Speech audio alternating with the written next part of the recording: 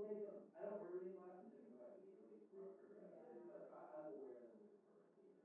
Like I'll have them and I'll pop them on. So you know that.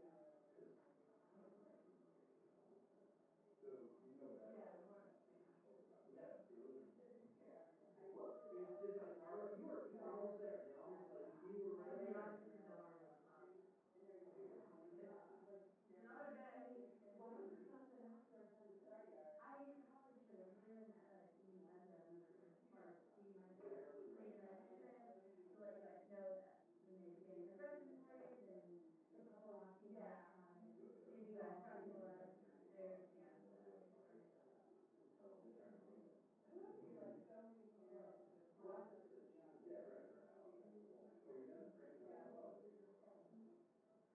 Yeah, right. I'm not been warned. Hey, we can take ranger out if you want to. And we have the same thing as well. Okay, do you mind if I do that?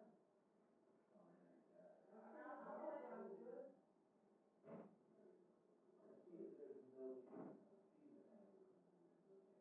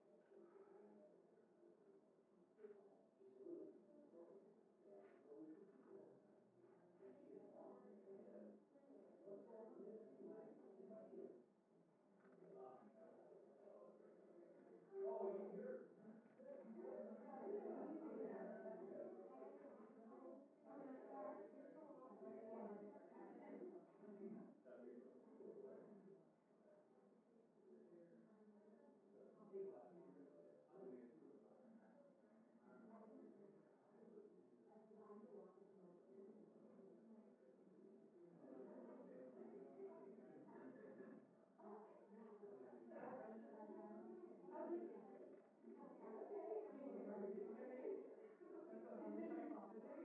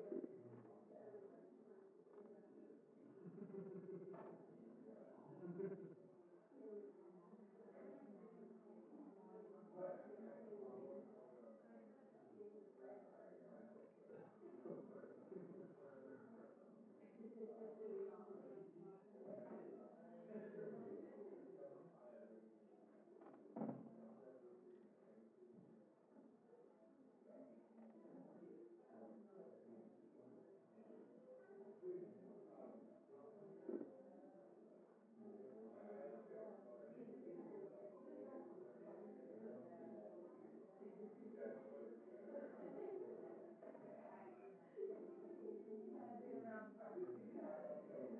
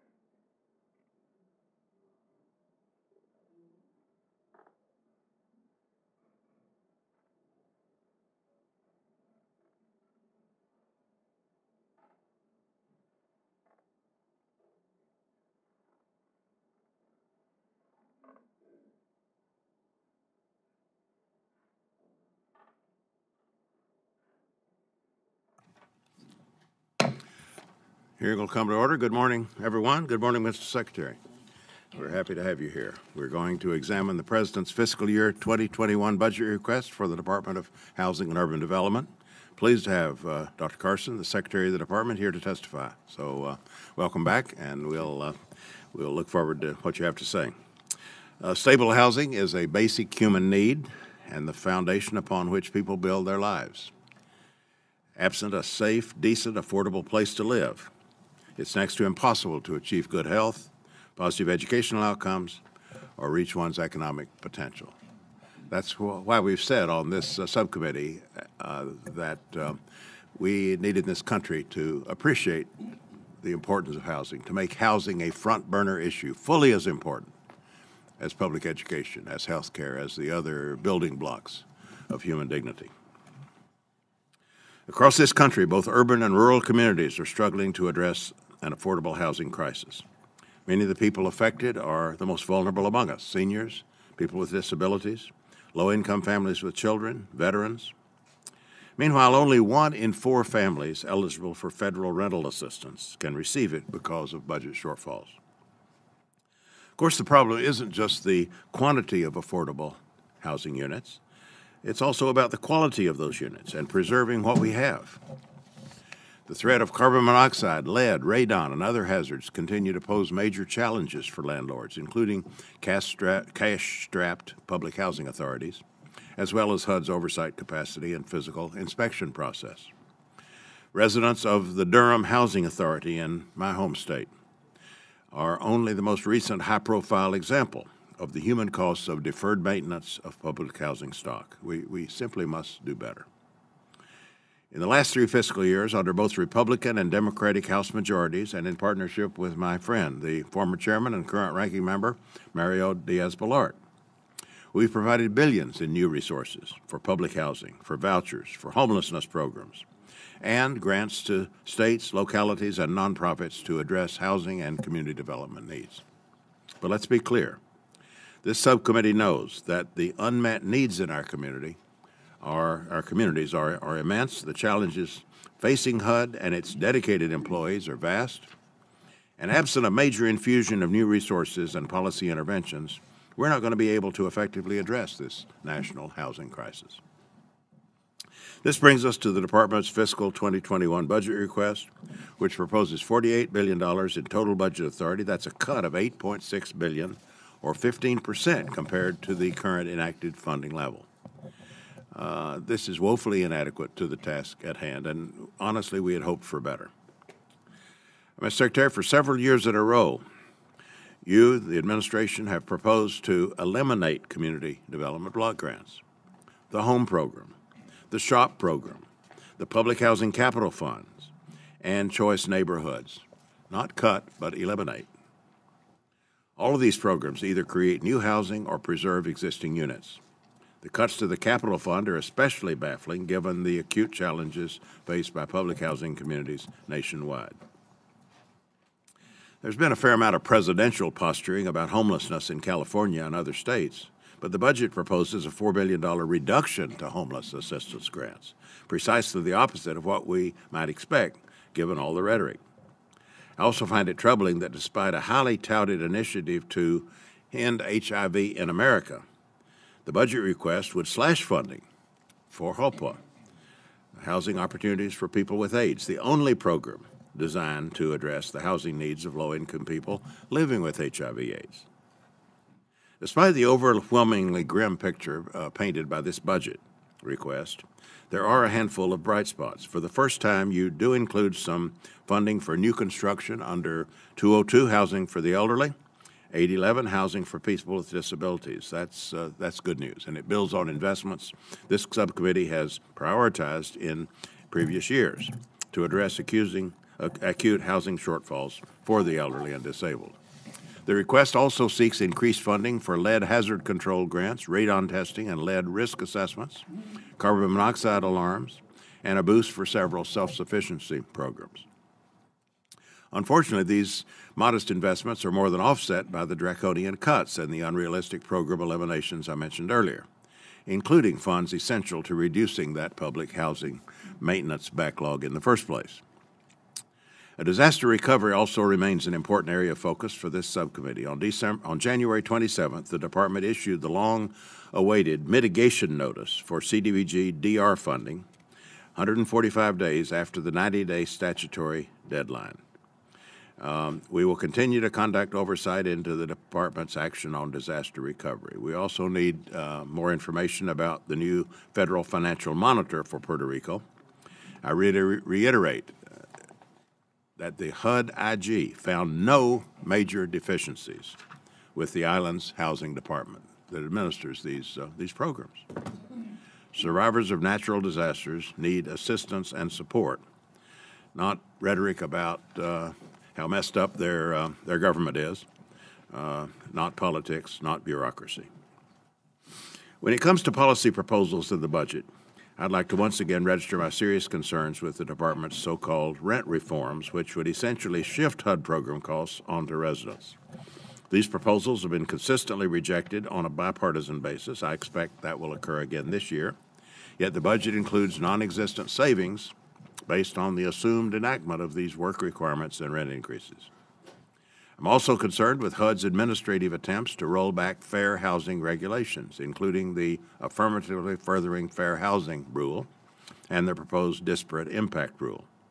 These actions represent a fundamental abandonment of our obligations under the Fair Housing Act.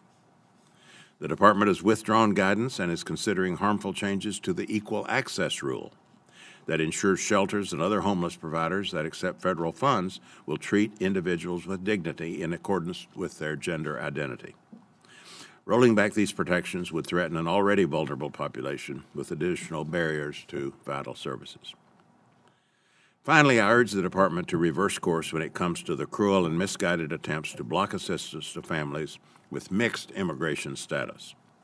By the Department's own admission, this policy would not save money, but it could result in the potential eviction and displacement of 108,000 people, including U.S. citizens and legal permanent residents, as well as the separation of children from their parents. So the current state of housing in America should force us to ask tough questions about our national priorities. Unfortunately, this budget proposal would make that affordable housing crisis even worse, so we need to work on this. Mr. Secretary, we look forward to working with you to ensure that HUD has the resources necessary to carry out its crucial mission. I'd now like to recognize my good friend and the ranking member of the subcommittee, Mr. Diaz-Balart.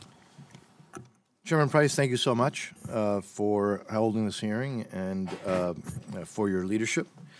It's always great to welcome you, Mr. Secretary, back to the committee. I would note that 3 years ago this week, March 2nd, 2017, is when you were first sworn in as Secretary of the Department of Housing and Urban Development. I know for you it's probably been dog years, right? But again, it's a privilege to have you back here today. So while obviously we can all have our differences in this town, and there are a lot of differences in this town, and we can have healthy debates about the proper role of the federal government.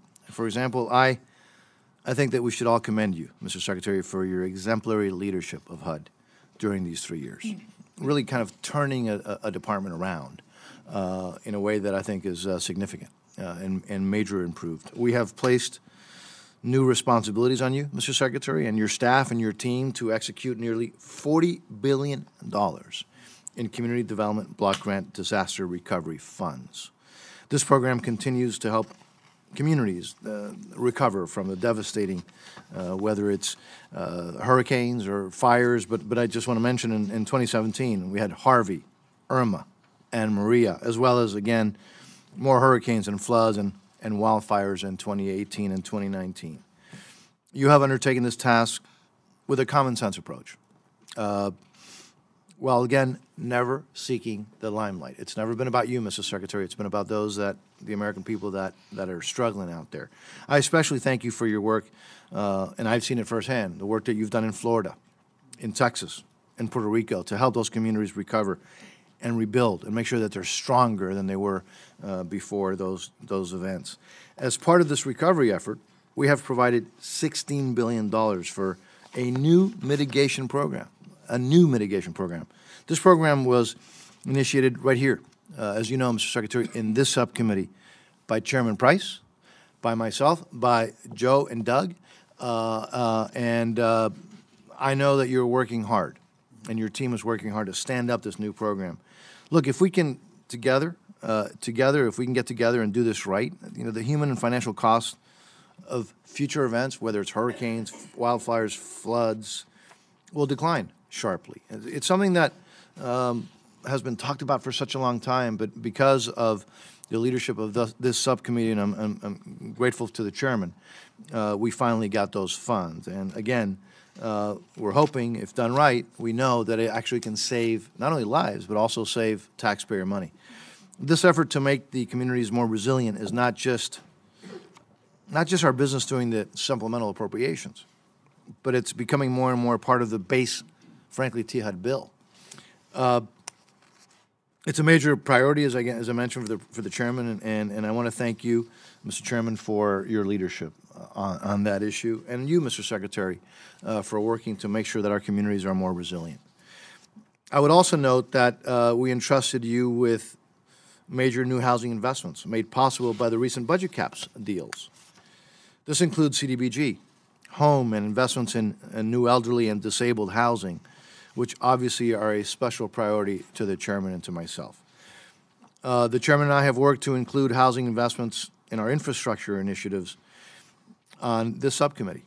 And I thank you again for being a partner, Mr. Secretary, in those efforts.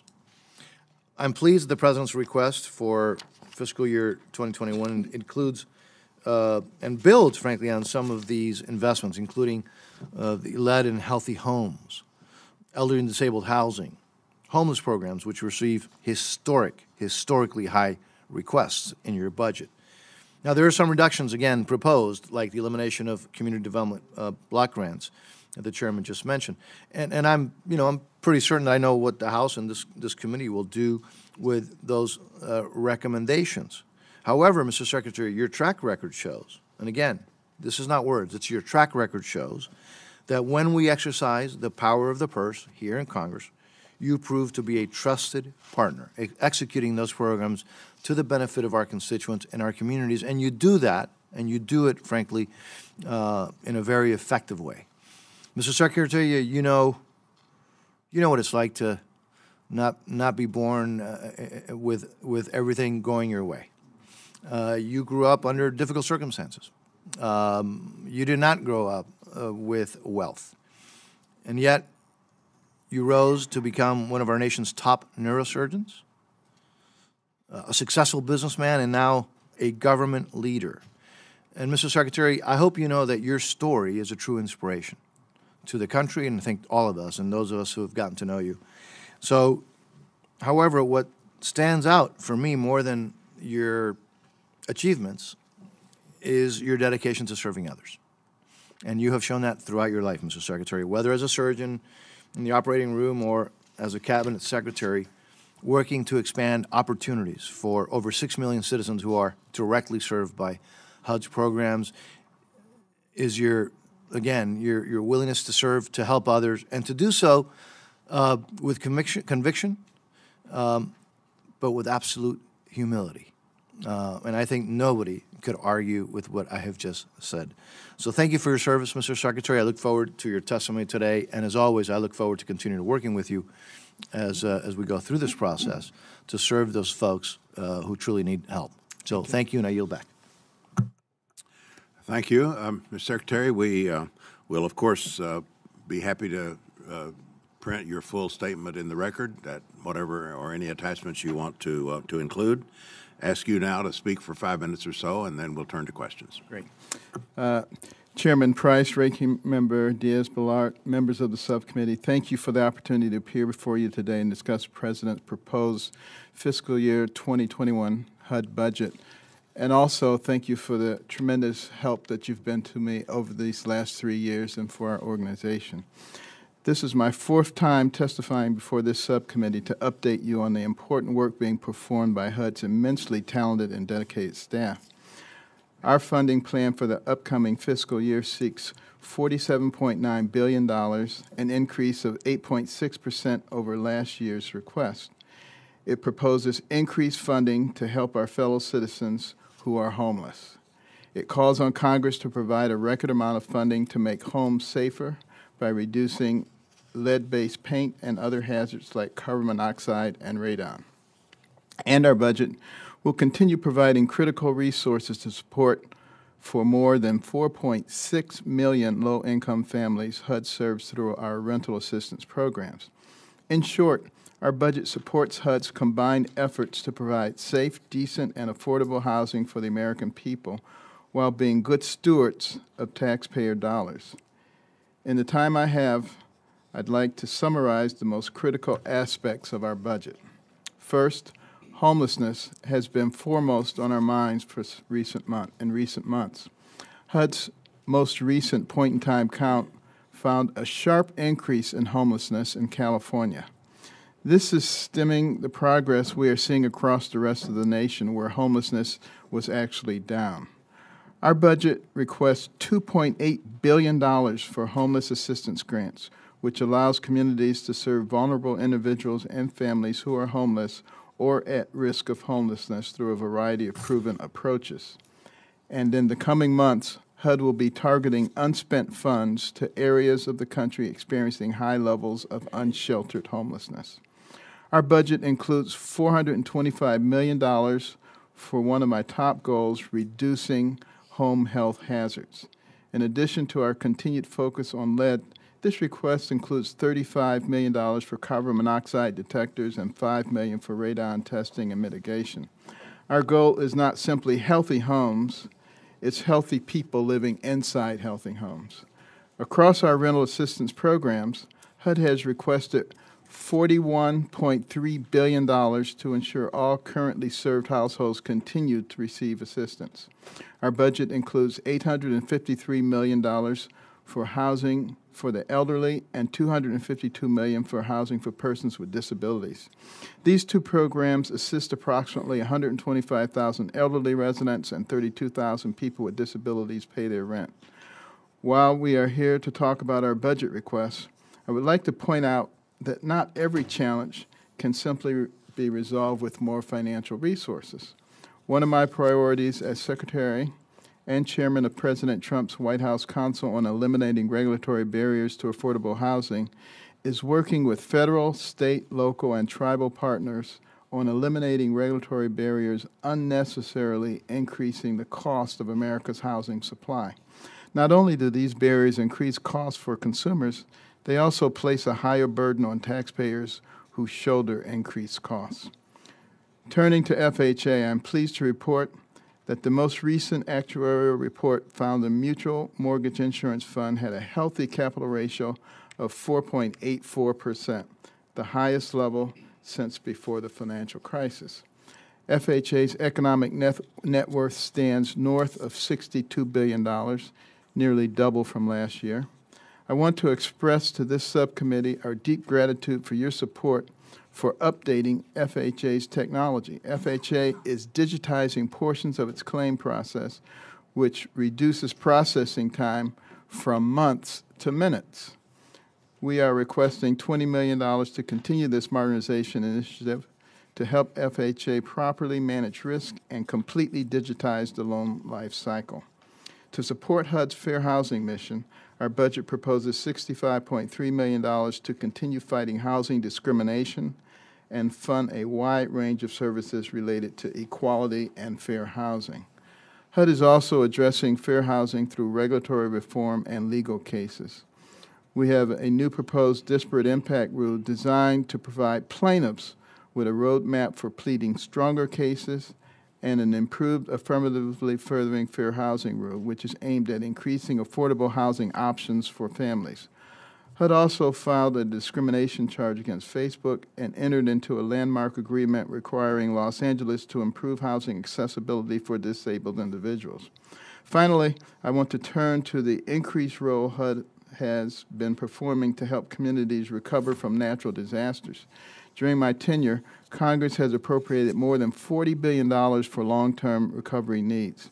As we administer this dramatic increase in funding, we found the unpredictable nature of the program does not allow grantees to plan responsibly or act quickly, In fact, we found it takes 2.5 years for the first dollar to reach disaster survivors and another 2 years before the community has spent most of its funding.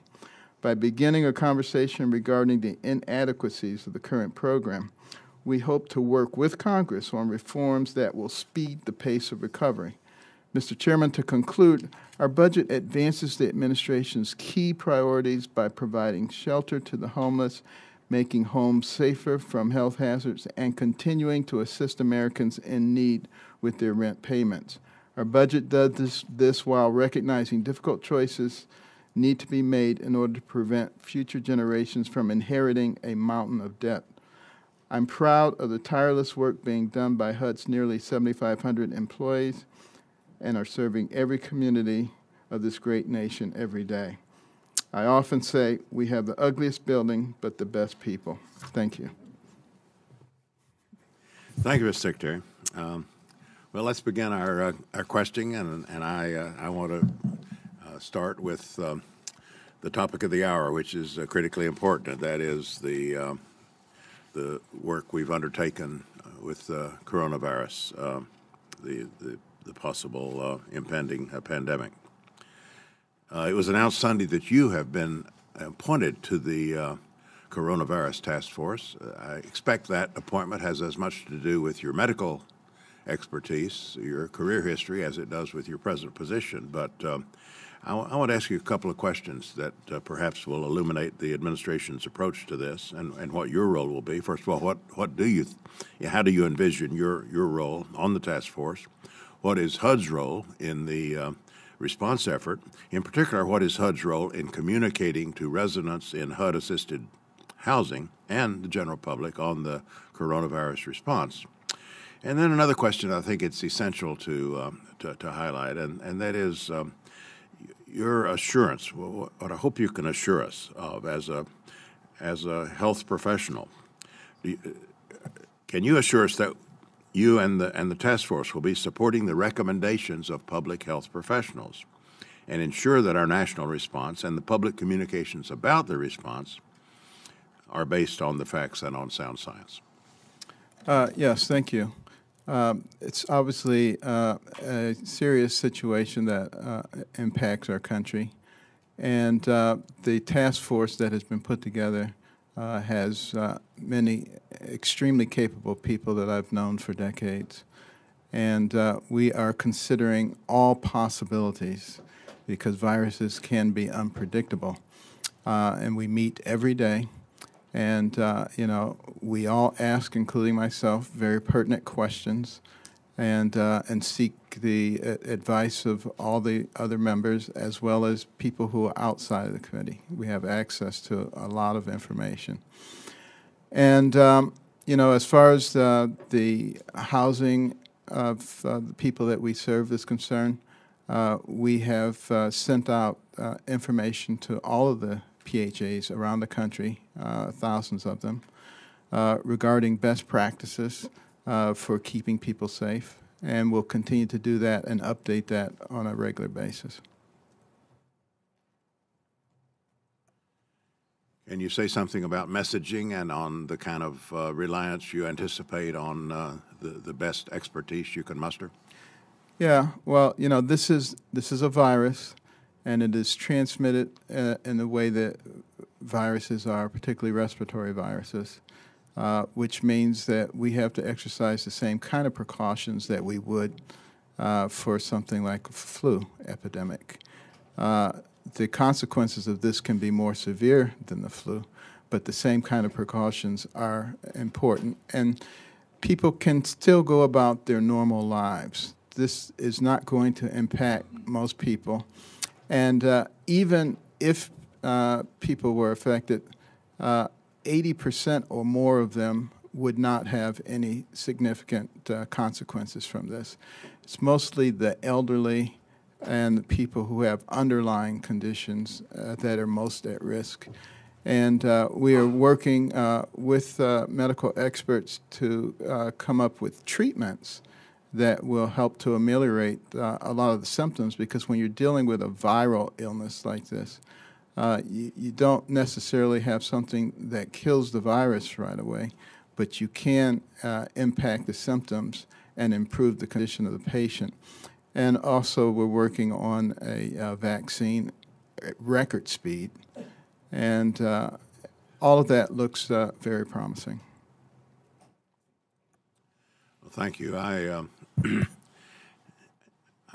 I would expect that you personally and others on the task force will be involved in conveying a message that, in some respects, puts things in perspective, provides some larger view of what we're dealing with, but also doesn't sugarcoat or minimize the dangers, the possible worst case scenarios. That is truthful and balanced in that respect. And that is something that we talk about on a daily basis. We want to make sure that it is absolutely transparent. It's not sugarcoated. It's not used in any way as a political tool.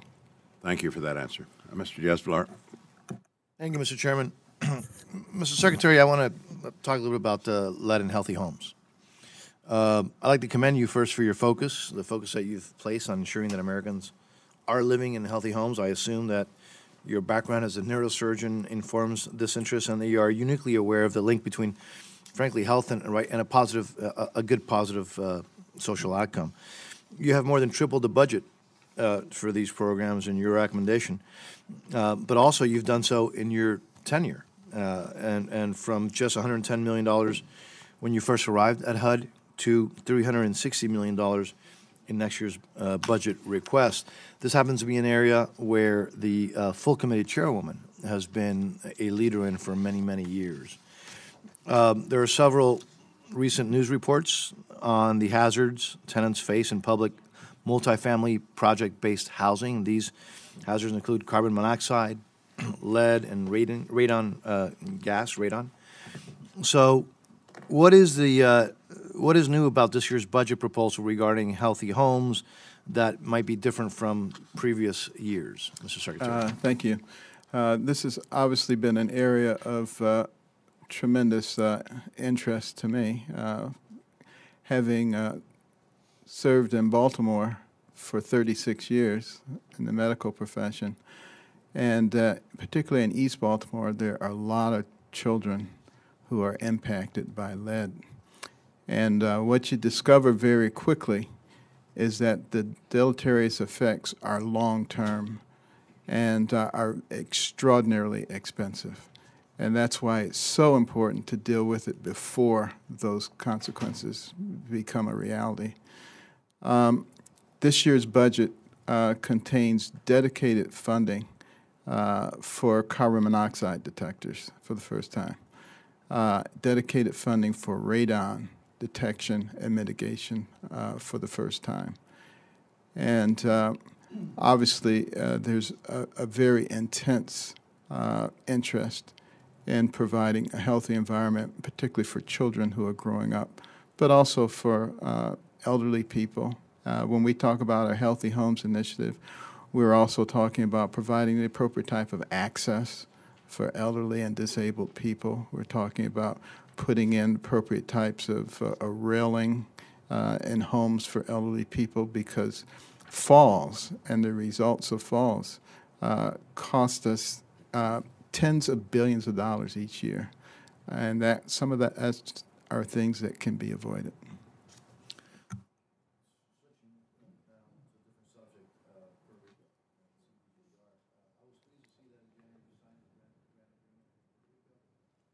Oh, it was on, but I just have to be louder. I was pleased to see that you signed the grant agreement with Puerto Rico. Again, $8.2 billion for their continued recovery after Maria. And you appointed a former HUD General Counsel to serve as the federal financial monitor for Puerto Rico. Mr. Couch has been in place for over a month now, and obviously we've had conversations about Vivienda in Puerto Rico, and so can you update us on the steps that Mr. Couch has taken in his new oversight role to not only help Vivienda succeed, which is crucially important, while obviously also making sure that we're a good steward for the taxpayer money. Yes. First of all, Robert Couch He's an extremely talented individual, served as general counsel for HUD in the past, also has been the president of Ginnie Mae, and is advisor in financial governmental relationships for multiple institutions. He has been there for a little more than a month now, has established very excellent working relationships with the governor there, as well as with Vivienda.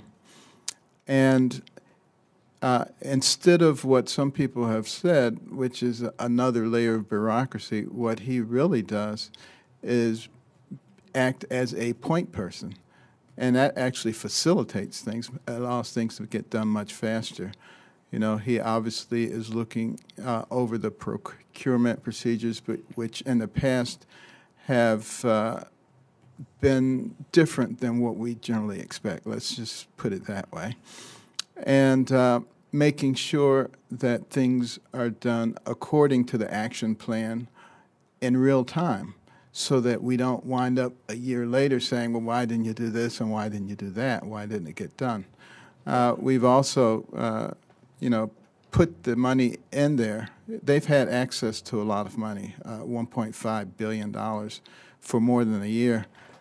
Recently, another tranche of $1.7 billion has been made available to them. So there's never been a time when they've needed money and it hasn't been available.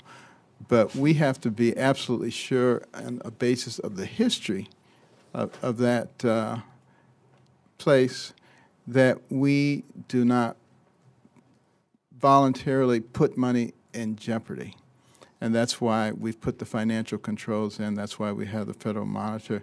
And that's why we've put unprecedented measures in place. And I suspect if we hadn't done that, there would come a time when the committee would ask us to come here and explain why we put all that money into a place without making sure that it was going to be appropriately spent for the benefit of the people. Ms. Clark. Thank you so much, Mr. Chairman, and thank you for being with us, Secretary Carson. I first want to address the $50 million in homeless assistance grants for domestic violence survivors, and tell you a few short stories about the critical support that it has meant to survivors, not only in my district and state, but across the country. One of the survivors we have heard from was literally living on the streets, sleeping in woods, under bridges, because she just couldn't get the money together to secure housing. With the domestic violence set aside, it gave her that rental assistance to reclaim her life and pave a new future. We also heard from a young mom with 2 children. This mom and her 3-year-old actually ended up in the ICU from abuse, and after sleeping in her car while 5 months pregnant with her other small children, she was connected through the set-aside to counseling, housing services, found a full-time job, and was just approved for an apartment last week. And finally, we had an older survivor who had survived 20 years of physical abuse. She fled her relationship with 2 dogs. The dogs made it very hard to find an appropriate place to go. Also ended up sleeping in her car. The DV set aside helped her get into her apartment. In your budget, you have eliminated this vital lifeline. I wonder if you could tell me how you came to this priority. Well, in the continuum of care package, we were able to create 2,800 more units for people who are victims of domestic violence. So, you know, there are different ways to be able to do this. We are extremely concerned about that statistic and will in no way shrink away from the responsibility of taking care of abused individuals. Well, in a related topic, and I think we both know that 75% of the need is still unmet with this particular population. There are also requirements for HUD to comply with VAWA, the Violence Against Women Act, and it requires you to clarify to housing providers their responsibilities under VAWA to establish policies and procedures for victims requesting an emergency transfer, as well as really important record-keeping requirements. Given that you have cut this other program, you're trying to make do with the other resources you just mentioned, I think it's really important that HUD comply with those requirements. In January, our staff asked the department for an overview. We're still awaiting a response. Are you familiar with these responsibilities, and can you tell me how HUD is fulfilling them? I'm familiar with those responsibilities, and I know that our staff is also very concerned about that issue. I will inquire as to why they haven't responded to you yet. That would be great, and I'd really appreciate a response in writing on to how that is being complied with and make sure that we continue the care that is needed. I appreciate the shout out for your staff. We all do better when our staff is doing better, but I am concerned that in the employee viewpoint survey, morale in your fair housing office, which has lost 10% of its staff, 35% have responded that they are anticipating leaving HUD next year. That is a startling number. And I think that some of it may come from recent policies that especially affect fair housing, whether that's the proposed rule to reverse shelter access for transgender individuals, your personal disparaging comments about transgender people and their quest to search for housing do not help. How do you plan to boost morale, retain, and recruit staff, especially who are there to combat injustice? And can you continue to issue discriminatory policies and offensive comments and expect to be able to have the staff you need to complete your vital mission? Well, I'm not sure that I agree with the premise of your question. I don't disparage anyone. I think everyone gets equal rights. No one gets extra rights, and sometimes people interpret that as being against someone. Number one. Number two, this year we have a positive balance in terms of people coming into HUD versus leaving HUD for the first time in 10 years. And that will continue to be the case. You know, people are free to come and go as they wish, but we try to engage everybody in these policies.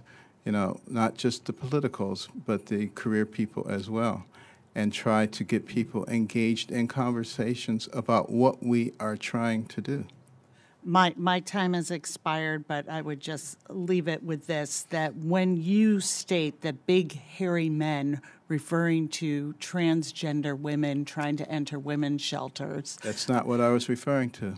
Well, and I made that very clear to the media. People like to repeat it, but it's not true. All right. My time has expired. Thank you, Mr. Chairman. Thank you. Mr. Rutherford. Thank you, Mr. Chairman. Mr. Secretary, thank you for all your service, and thank you for being here this morning. Recently, organizations within my district that provide housing to the homeless have faced problems with the Continuum of Care grant under the HUD after they made their Tier 1 announcements for funding. And these programs have made no changes in their operations, none whatsoever, and yet for some reason they have fallen off that list. And we actually I think increased 6.7% to $2.8 million the funding for these homeless programs, and I've been told that this can't be, and so we're trying to find out why. Okay. And I've been told that this can't be remedied until the Tier 2 announcements come out, which these organizations that really, I mean, this is essential funding for them. And without that, what's going to happen is a lot of the folks in these programs are going to wind up homeless on the street, cycling back through our jails, in in a horrible situation. In fact, one of these programs at home that is goes all the way back to 2006, and they've been receiving those funds for 14 years. In fact, they're the only Envision Center in the state of Florida. A couple questions. Are there differences in today's standards for the qualifications versus last year or previous years? Did something change in the qualifications? They can't even find out why they fell off. Right. Yeah, I can tell you the answer to that. I personally have wanted to change the criteria so that we look not at some type of philosophy such as they have to comply with housing first, but rather what kind of results have they gotten? How successful have they been? Mm-hmm. My hand has been slapped by Congress saying, no, you can't do that. You have to abide by the 2018 rules, which place housing first at a premium. I'm still trying to change that because everything we do should be based on evidence, not on ideology. That's how we get into cycles like this and problems like this. It makes absolutely no sense whatsoever. Yeah, I would agree if you made an assessment to change the standards and rules, but so I guess my question is, was anybody put on notice that these changes were going to take place? Because this was really a surprise to many when they did not come out on that Tier 1 list. Well, we're looking at ways that we can work around the system, but in the meantime, we could use a lot of help from Congress in doing things that actually make sense. And it makes much more sense when dispersing these grants to do it on the basis of what kind of results people are getting, right, rather than on the philosophy that governs that organization. I agree with you on that. Outcomes are what matter. Absolutely.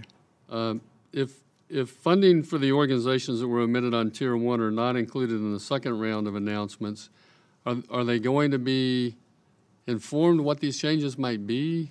Well, we're still working to ameliorate that situation. Okay, thank you.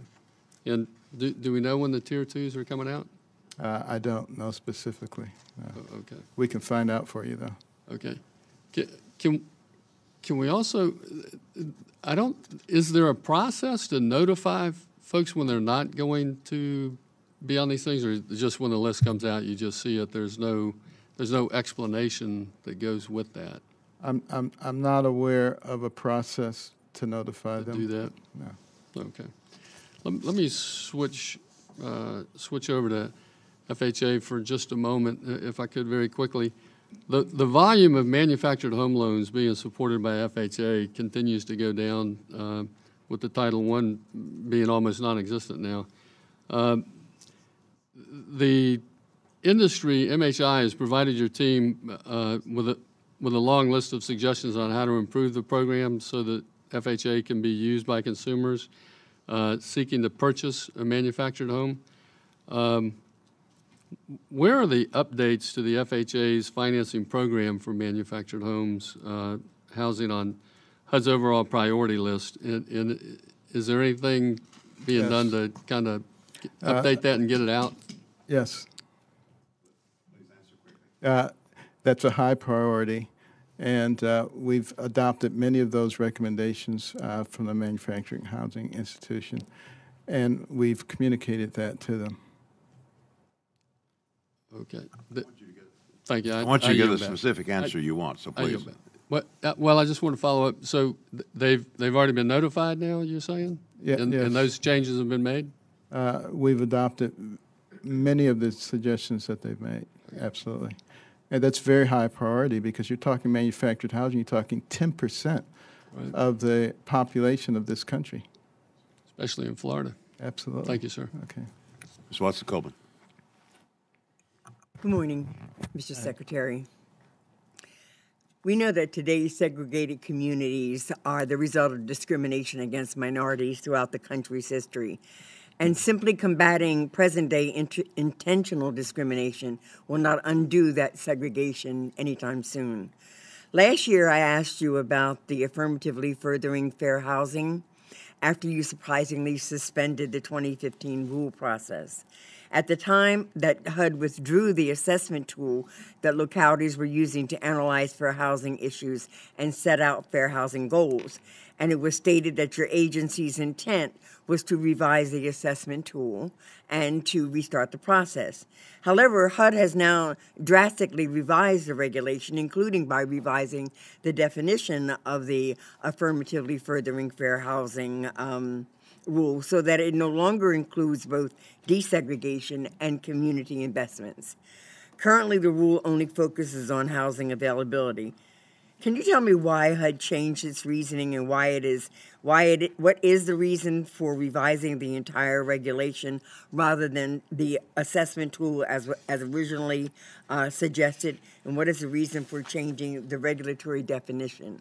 Yes, we were in fact concerned about segregation and unfairness in housing. So we looked back over the history and we looked at the tools that had been used to address it and looked at how effective and efficient they were. That current rule that you talked about was completely ineffective and just created a lot of bureaucracy. And we said, what is really creating the segregation? Are there George Wallace type people standing in doorways saying you can't come in here? No. What is happening is that people are segregated because they can only afford to live in certain places. They only have availability in certain places. So we said, let's address that issue. And let's use the tool because, you know, there were many who suggested we just get rid of AFFH altogether. But I believe in the concept of affirmatively furthering fair housing. I just want it to be effective.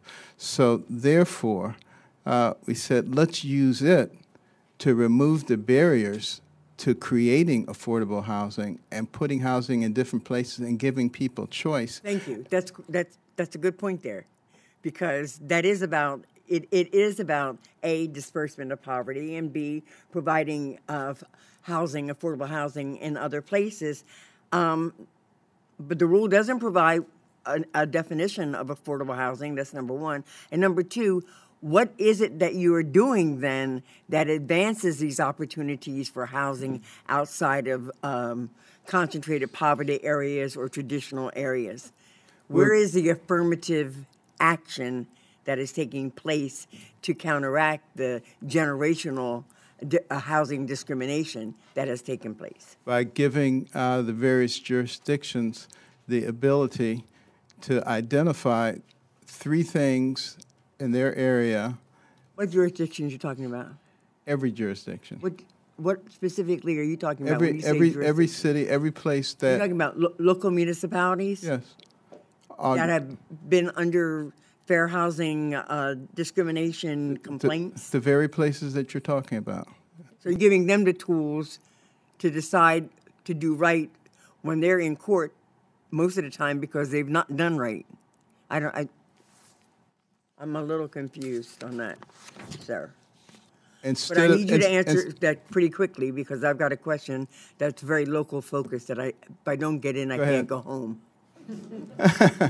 And instead of a top-down, government tells you you have to do this according to this set of rules, which is going to be different in every single community. Okay.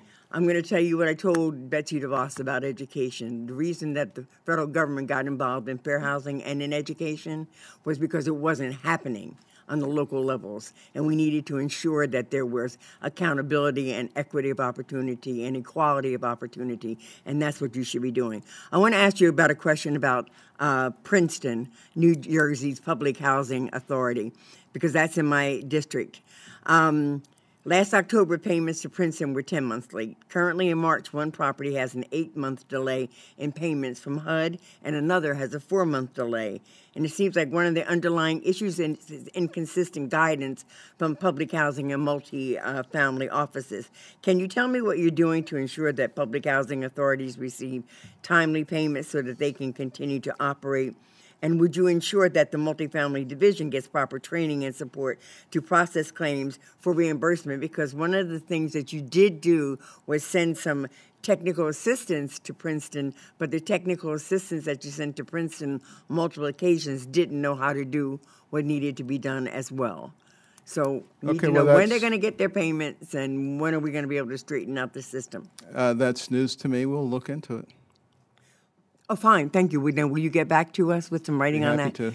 Okay. In rather short order, because we do have a 4-month delay and an 8-month delay. I am always anxious to hear about things that are not going well. Thank you for that. Thank you. Thank you. I yield back. Thank you, Mr. Secretary. Thank you. Mr. Aguilar. Thank you, Mr. Secretary. Mr. Secretary, the President's talked a great deal about the growing number of people in California who don't have access to housing.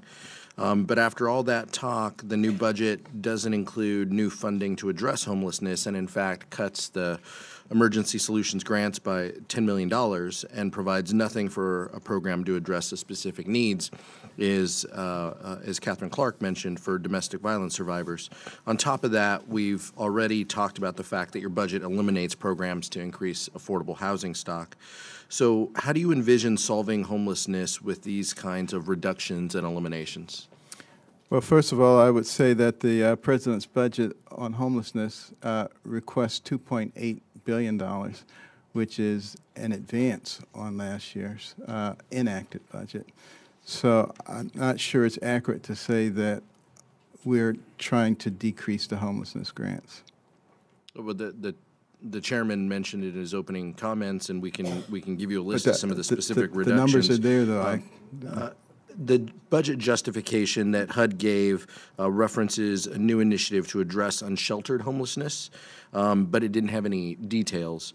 Last year, this committee included a provision in the bill that redirects unused recaptured funds for homeless assistance grants back into the program to ensure that those dollars can be used for the purpose that we all intended. You may not agree with some of our intent. You may call it bureaucracy, as you mentioned, but that is the legislative intent, and that is the focus of why we are directing these dollars, and that's our constitutional obligation.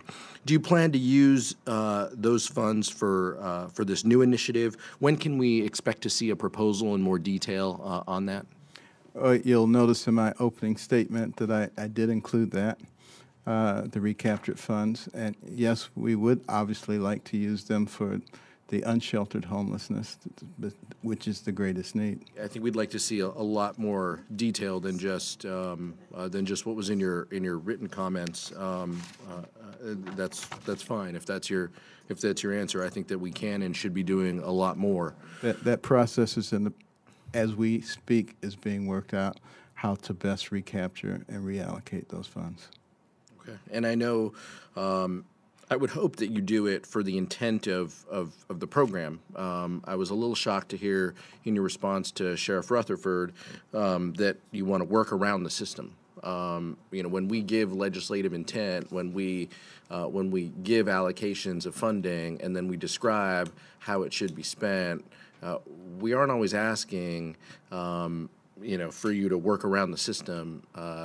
Now, you're free to suggest ideas. You're free to work through the administration, through the chairman, obviously, on new initiatives and new programs. That's your right. That's your obligation. But it just it shocks me a little when I hear you say that you want to work around the system. It's because I feel an obligation to take care of the many people who would be left homeless when we neglect to be able to take care of the programs that are taking care of them. That's why. And you don't feel we share that same obligation to protect our communities and to take care of folks? Well, obviously some people don't, because they've tried to handcuff us and say you can only take care of people who abide by a certain philosophy.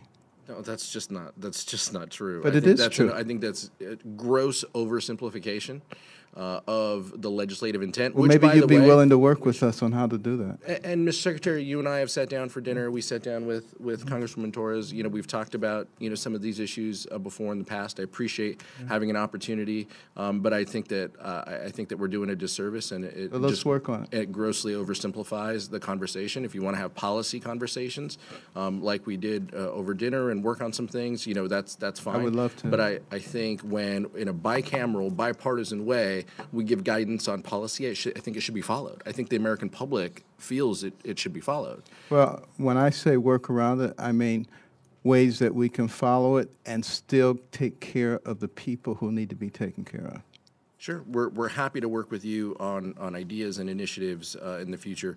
Again, I just hope that, and it's something that we haven't just seen in this agency, but obviously throughout the administration, what folks might think is working around the system, whether it's diverting money to something that wasn't congressionally designated, gross changes to transfer and reprogramming authority.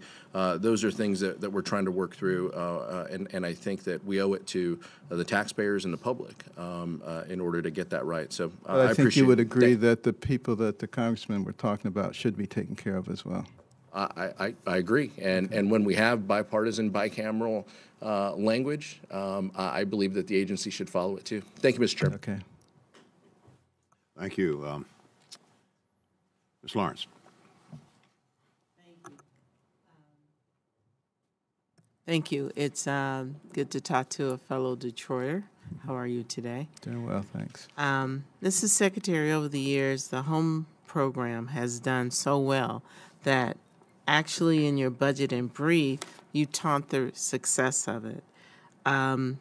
You named a woman named Jenny in Colorado who received down payment assistance through the program so she can fight homelessness that she had experienced and that she could be transformational.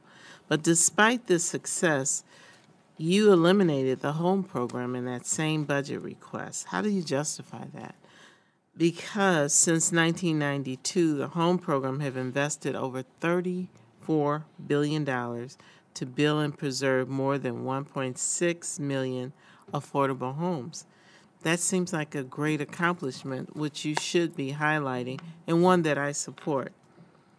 On a local level, Detroit, our hometown, would lose $7.3 million in affordable housing assistance if this program is eliminated. Could you please help me to understand how eliminating this program would fulfill the President's pledge to strengthen growth and increase the supply of affordable housing? Okay. Well, first of all, I don't think it's a bad program. I think it's a good program.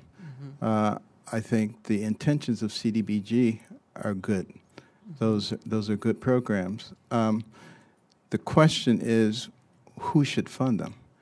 And can they be better funded and taken care of at the local level as opposed to the federal level when the federal government already has a $23 trillion national debt and growing?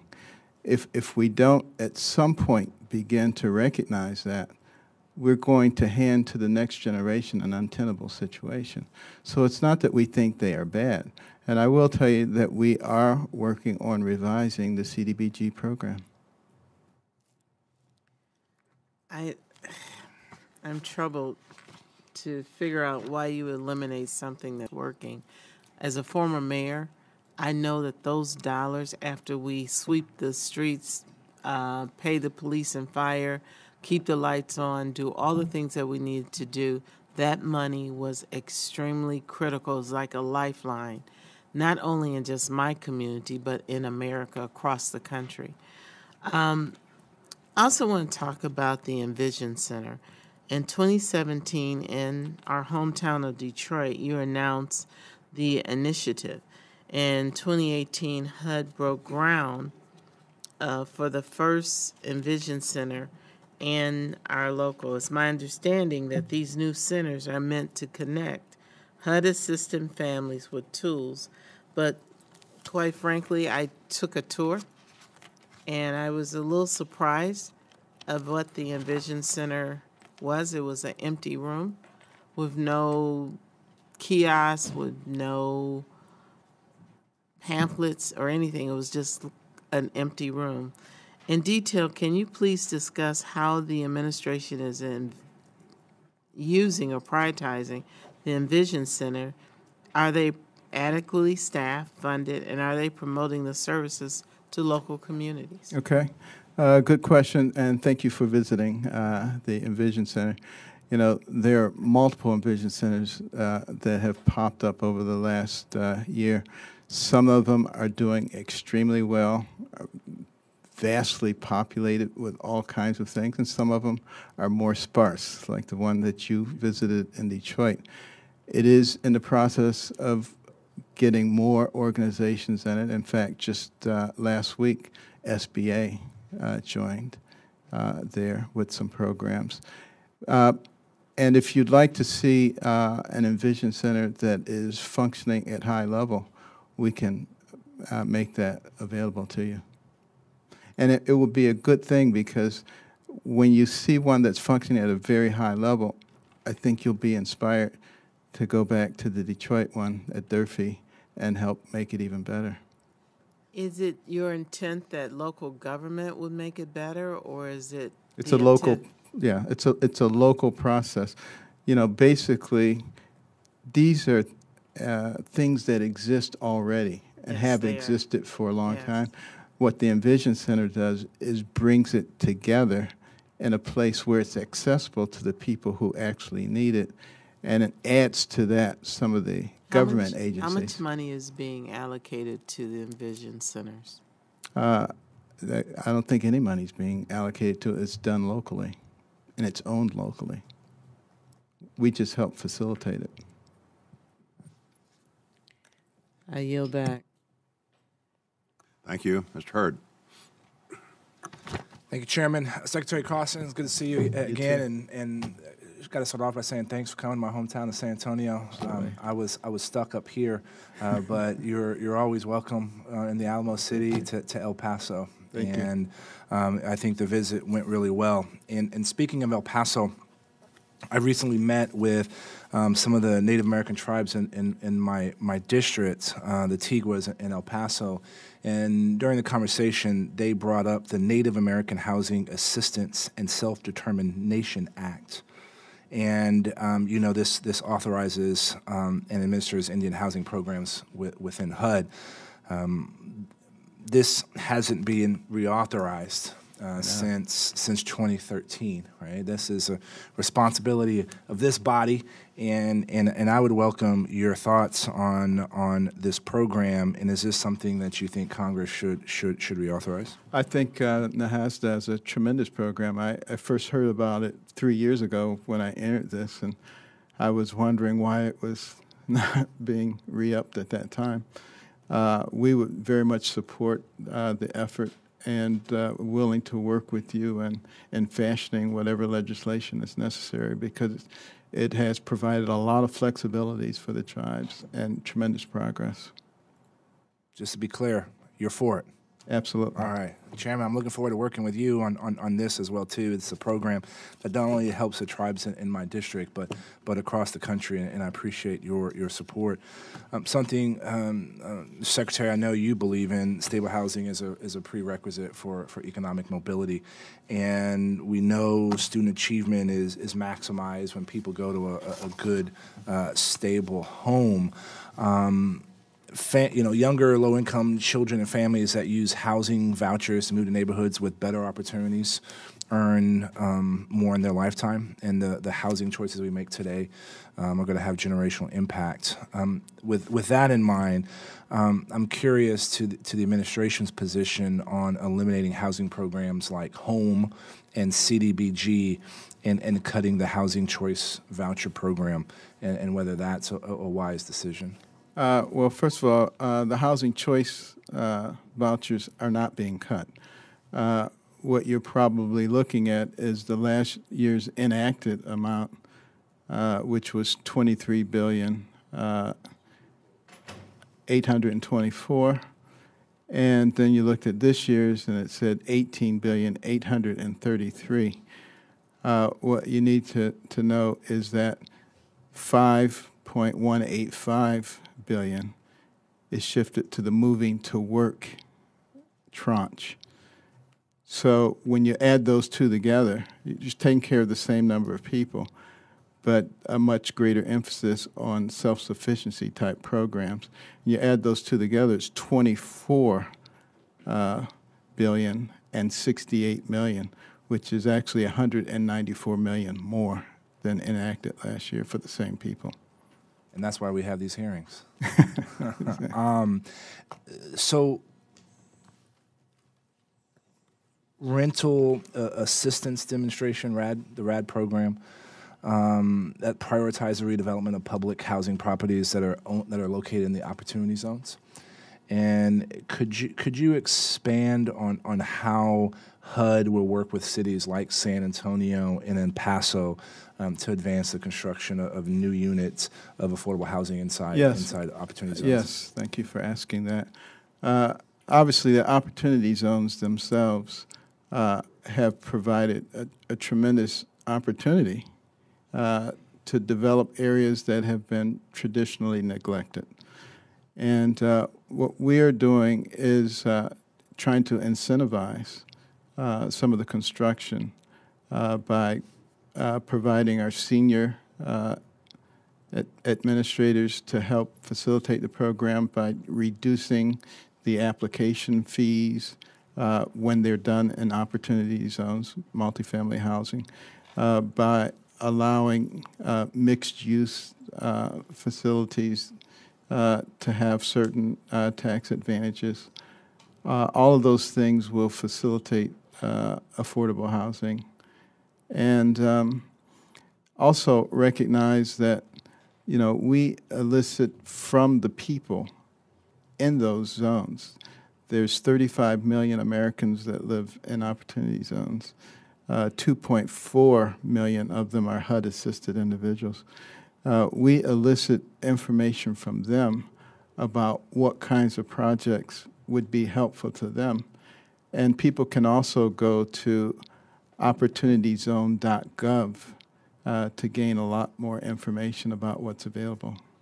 That's helpful, Secretary. And what is your kind of philosophy on how do we ensure that we don't inadvertently lead to the displacement of low-income residents from these opportunity zones? That's a question I get asked a lot, and I'm sure this is a topic that you've put your considerable intellect onto. Absolutely.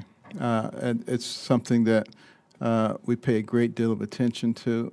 That's one of the reasons that our executive director of the White House Opportunity and Revitalization Council, Scott Turner, visits so many places as the various projects are being carried out, and that will continue to be the case. Good copy. Thank you. Chairman, I yield back. Thank you.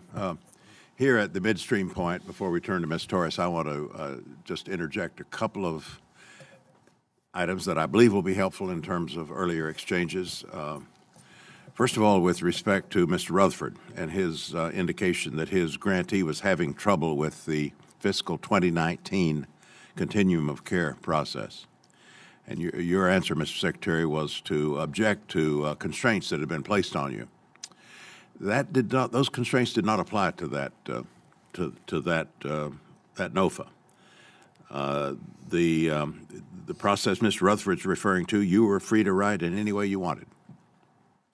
The bill language that you're objecting to, and we'll save that discussion for another day, but the bill objection that you were objecting to applied to the requirements that had been in the NOFA for 2018 and then were applied from 2020 forward. So I believe you may want to check and supply information for the record and deal with Mr. Rutherford in terms of that response. Okay. I believe you did have full flexibility in the 2019 process. All right, thank you. And then as regards the confusion about cuts in the homeless assistance grants budget, your budget justification shows a $4 million cut from the level this committee provided in fiscal 20. So again, there may be some confusion here.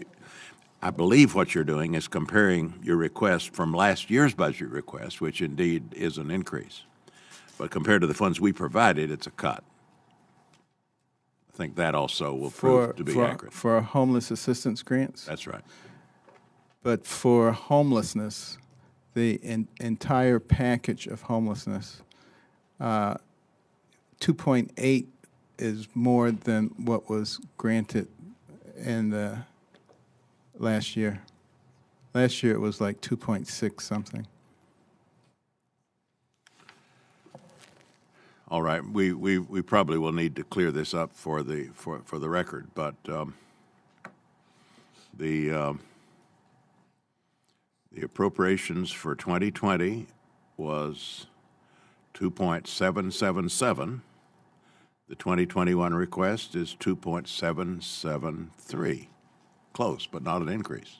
I think I'll have to go back and look at the numbers that I have because they're a little different. All right, we'll clear it up for the record. Ms. Torres. Thank you, Mr. Chairman, and thank you, Secretary Carson, for being with us today and for visiting the district. I'm going to associate myself with several of the comments that the three former mayors, have made here, including myself. This is the fourth time that you've been here before our committee, and each time, you've defended budgets that drastically cut critical housing benefits that help millions of Americans in my community and everywhere in the U.S. Each and every time Congress has rejected those cuts in a bipartisan way, each and every time. So it's insanity that we would continue to push against what Congress has already been very, very clear about. We do not support those cuts. For example, this budget eliminates the Public Housing Capital Fund, the first new housing resource in decades, exclusively targeted to build and preserve affordable housing. It also eliminates the Choice Neighborhoods program, which provides resources to communities to build and rehabilitate affordable housing. It eliminates the Home Investment Partnership programs, the largest federal program dedicated exclusively to increasing the availability of adequate affordable housing for very, very low-income families. In the department's own budget, you cite a woman from Georgia, and I have blown up a printout of it for you. In your own words, you talk about how this very successful story, how she transitioned from assisted housing, and highlight her success of becoming a homeowner, which is what we all strive to. The problem is that while you're promoting this story and promoting the great work that all of you did helping her, your budget completely cuts this program.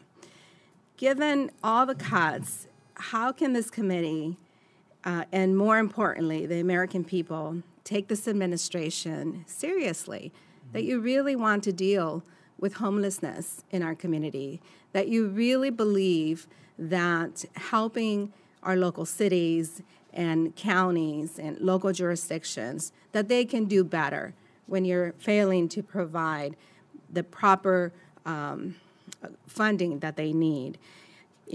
As a former mayor, city councilwoman, and state legislator, I take this seriously. And I also believe that the federal government has a role to play. Let me give you an example why we need to have some oversight and ensure that we are providing assistance to our communities, not in, words, but actual funding. All of our communities are strapped for funding. They're, working really hard to try to balance their budget every single year. In the city of Los Angeles, they had an issue with asbestos in their flooring. Now, the city under OSHA, Cal OSHA, because they were exposing their workers, children, and the people that lived in those communities, and they refused to stop issuing work orders and forcing their employees to remove the asbestos flooring. They were given a willful violation. So in cases like this of gross negligence, of gross incompetence, there is a need for the federal government to step in and say, we need to do better. And where are the funds to ensure that we are improving these housing units so that children can grow up in an environment that is healthy for them? So I'd like for you to address, some of the comments that I have as it relates to these horrific cuts that you're proposing. It's very difficult to get the concept across that I like those programs. I think they're good programs. Can we afford them when we continue to create the kind of debt that we're going to pass on to the next generation and ruin their lives? I agree with you 100%. I was in a state legislature when we shut down California for 6 months. We had a $15 billion deficit. However, the Republican Congress has proven that they're not serious about doing that. When they gave those tax cuts for the top 1% and put us added trillions to our deficit. Well, I'm not saying that you should get rid of the program. I'm saying that the program should be funded by the state, not necessarily by the federal government. We've already demonstrated that these programs work. Okay, that was good. But can you continue to do something? Can you sail toward an iceberg that you know is going to kill you? Or maybe you should change your direction. Maybe we should stop helping the top 1% and start helping the poor working class communities across America that are the backbone of our economy, and I yield back. Thank you. Mr. Quigley. Thank you, Mr. Chairman. Ms. Secretary, thank you for being here. I guess for us, round 4, I just feel obliged. Ms. Clark referenced the non-discrimination guidance for LGBT individuals under the Equal Access Rule. Again, we've been talking about this for some time. Where we left it last year, you were not going to replace the guidance that instructs providers how to do this. And I want to paraphrase, and I want to make sure I get it roughly right. You said, I wouldn't like the guidance you put up, and I believe presumably because, in my mind, it would allow or promote discrimination against LGBTQ, particularly the trans community. It's still not up. How does the program operate? How does the law that requires equal access work without guidance? Appropriate guidance is going to be put up. It's being worked on. But the reason that I said that— Just for reference, that's the 3rd year in a row you've said that, sir. The reason that I said that, the reason I said you probably wouldn't like it is because from what you've said in the past, you don't agree with my statement that everybody gets equal rights, but nobody gets extra rights. Who gets special rights in non-discrimination? Well, let's put it this way. Are you implying that if someone's trans, they have to get special rights just to use the shelter? I can tell you the answer. When you have a single-sex shelter, and it's there specifically for women who are abused, and then people come in who do not appear to be women, but they say they're women, and you have to accept them. Does that impinge upon the rights of those women? We have a lot of documentation from those women that says it does impinge upon their rights. So if you can give me, and I said this when I came to Chicago and spoke with your group, which I enjoyed being with them. I thought they were great people. But I said this, if you can show me how you take care of that individual who, and only thing you want to do is go on the basis of what they say their gender is, you can show me how to be fair to them and at the same time be fair to those women who are saying they're very uncomfortable with that. I am all ears. You're the only person I have ever heard bring up that issue. And in 3 years, first of all, in 3 years, we don't have the guidance, which belies any credibility you have that, respectfully, that this is ever going to happen. So that means in 3 years, the protections haven't been in place. You've never documented what you just talked about and the extraordinary I can't even begin to imagine how people feel. So you're telling the trans community that because of how you perceive how some people react to them, it's okay to discriminate against them? I have lots of letters from women's groups. It's not just how I perceive it. So, and let's just assume for a second that there's some people out there who object to this. You're saying that because some people think it's okay to discriminate, that you have to go along with that too, despite the law. That's not what I'm saying at all. But you're saying that if someone doesn't like someone else in that shelter, for whatever reasons, that you can allow discrimination against those people. Now, what I'm saying is we have to take everybody's feelings into consideration. You can't just select a group and say that their feelings trump everyone else's groups. It goes back to the basics. There have always been people who discriminate against others. What you're saying is those people have the right to do that, and therefore the federal government can back up that right to discriminate. And let's understand what the alternative is. These are people who are going to be on the street. Is this discrimination that you're hearing about, is this based on what, their notion of what their faith tells them it's okay to hate other people? I want everybody to be taken care of, and I've suggested... But they're not if they're not being allowed to participate because somebody else thinks it's okay to discriminate. I've suggested that there are ways to do that. And you're telling the trans community that they can't make a decision as to what they are, that they are not best I'm saying that no one's rights get to obliterate everybody else's rights. You're pretty well obliterated when you're on the street and you're not allowed to be in the facility.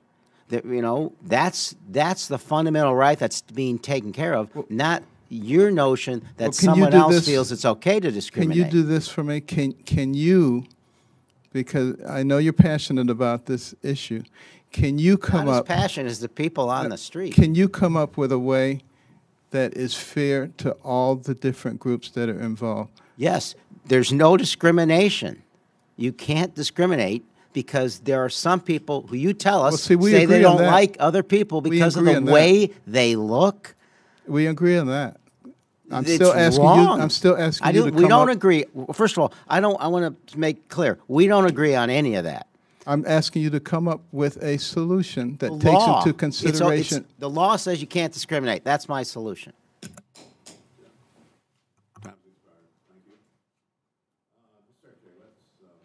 We'll begin our second round of questions, and I want to start with an example that's very close to home for me. And I'm sure you know about it already. The Durham Housing Authority has had well-publicized problems involving carbon monoxide exposure, lack of heat, and numerous other issues. The development we're talking about is called McDougal Terrace. It received failing inspection scores for years, and that wasn't because of carbon monoxide. Carbon monoxide testing wasn't part of that process, but they still failed. Hundreds of residents, including families with small children, had to be evacuated due to high levels of carbon monoxide. And the Housing Authority is currently conducting emergency repairs and moving people in as fast as they can. It has become painfully obvious that our public housing stock has deteriorated to the point of mortal danger for residents. I want to thank your field office, the Greensboro HUD field office, the people who have assisted our housing authority. I understand that Durham is requesting funding from the Public Housing Emergency Capital Fund to reimburse some of these repair expenses. So I first of all want to ask for your commitment that HUD will continue to work collaboratively with Durham during this crisis, and that you'll ensure the delivery of any and all emergency capital funds that Durham is eligible to receive. We've been working very closely with them. Want to make sure that they are taken care of. So you're giving me that commitment today. Absolutely. All right. Thank you. I appreciate that. I want to now broaden this a bit to recollect that deaths due to carbon monoxide poisoning were reported in South Carolina last year. And in that context, You indicated that you plan to move forward with the rule to require PHAs to install carbon monoxide detectors in certain units. And you referred earlier today to grants that you've released to purchase and install carbon monoxide detectors, but no rule has been issued yet, as far as I know. So let me ask you a few related questions with regard to that. First of all, can you update us on the progress you're making in terms of releasing a proposed rule? And then the inspection process, if you could also respond to that. Last year, you said you had just included in the inspection process a requirement that inspections check for working detectors. Is that still being done? What results are you getting from it? And when you talk about inspecting and checking, are you not just checking about whether detectors are there, but what the carbon monoxide levels in the units might be? Okay. Well, obviously, like everyone else, we were devastated by the news about the people who died, and obviously that sparked a lot of activity. And that's why we went back and looked at the rules that were in place and enhanced those rules. But, you know, we want an actual law to be put in place, so we're working with legislators to actually put a law in place, because that can be done a lot faster than the rulemaking process, and maybe as some. As you know, Mr. Secretary, let me just interject that we passed such a bill in the House. The sponsor was Representative Chuy Garcia, passed in September, sitting on Mitch McConnell's desk. Well, the Senate, as you know, is working on the bill as well, right? You tell me. I hope that you're pushing them to do just that. We've had limited success. Senator Scott and one of the Democrats is working with him on that. Well, that's good to know. And we, as I said, passed that law here because we agree with you that a law would be helpful. But I wouldn't be quick to assume that you don't have the authority you need already. We're talking about very serious matters here. I think it's fair to characterize it as an emergency. You have a statutory mission to ensure that housing is safe, decent, and sanitary. So I agree. My own view would be, and you said yourself a year ago that you plan to proceed with the rule. So and we're doing everything we can, but we want to get an actual law on the books regarding it.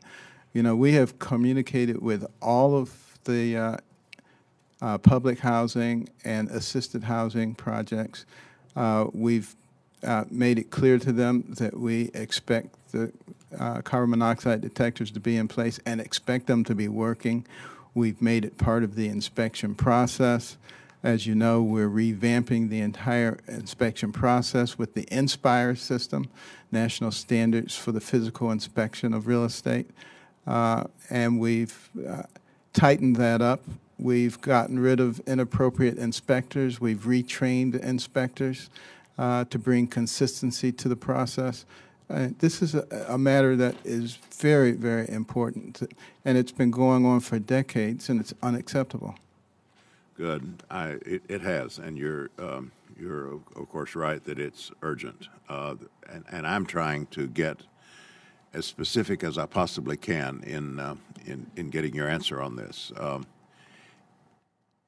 Is there a rule in process, as you suggested a year ago, that we can expect you to be promulgating about this? We're working on a rule simultaneously as the Senate is working on a law. All right, and then your inspections, I understood you just now to say your inspections do at this moment include? That's correct. Inspections for the presence of detectors? Not just a presence, but they have to be functional.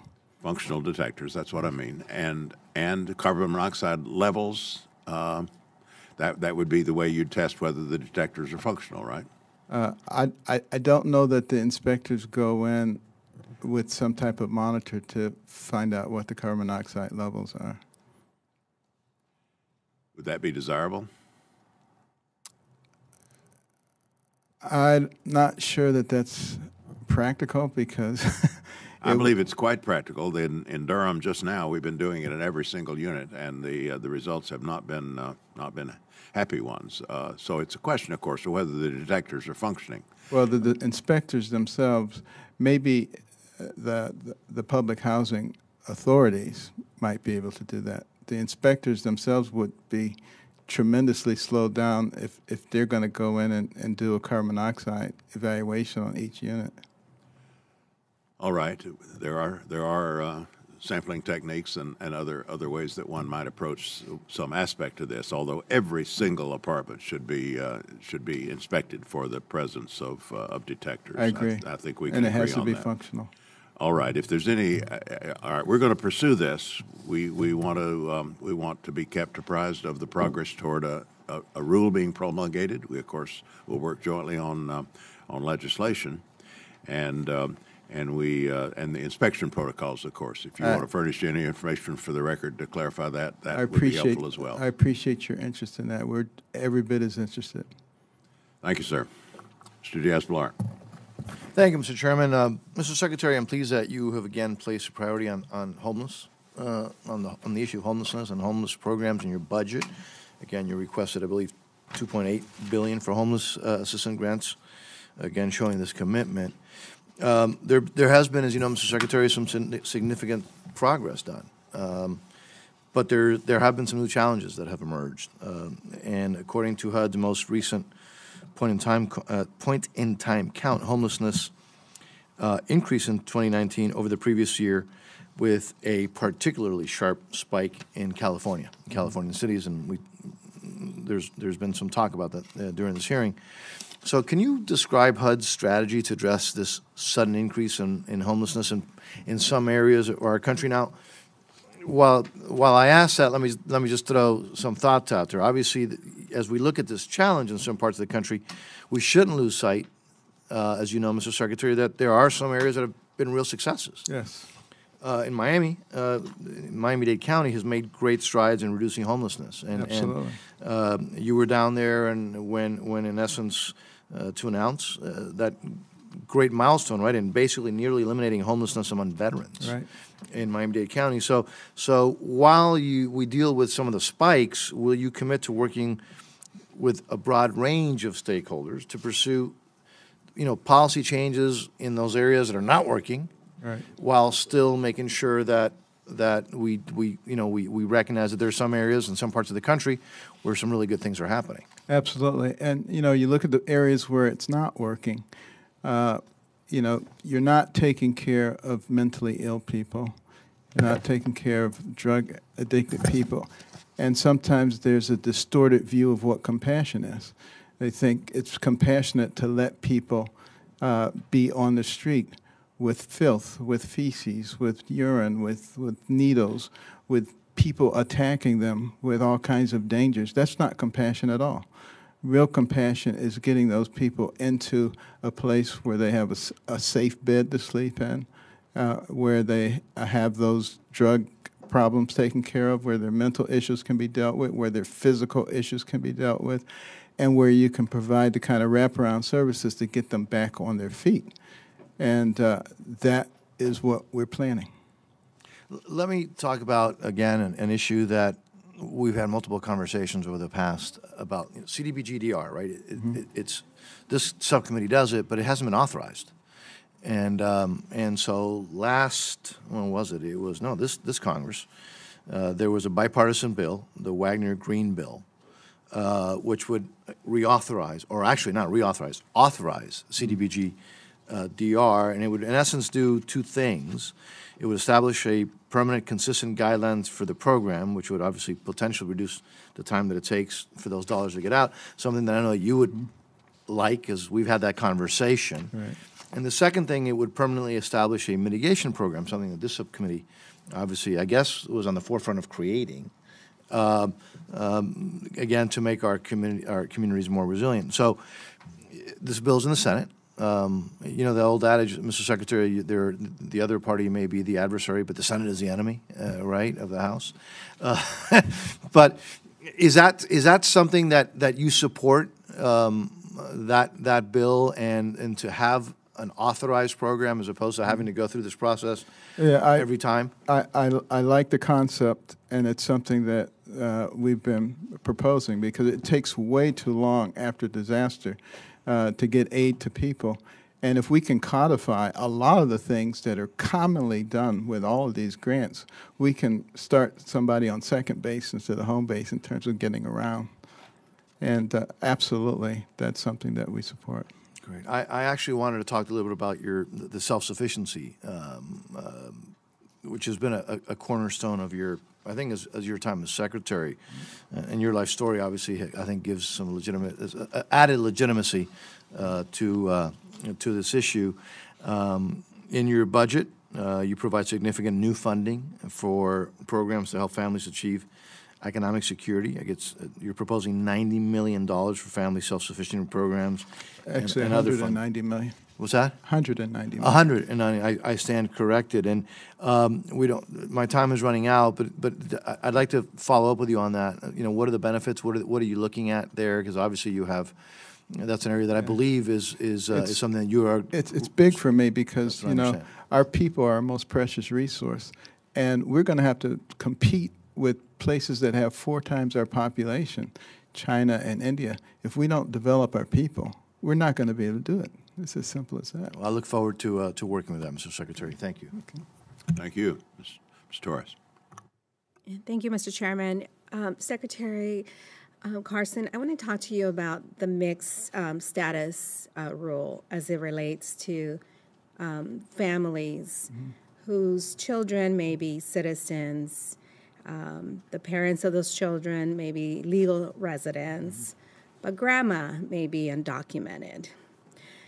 HUD has regulations already to deal broadly with prohibiting housing assistance to non-citizens.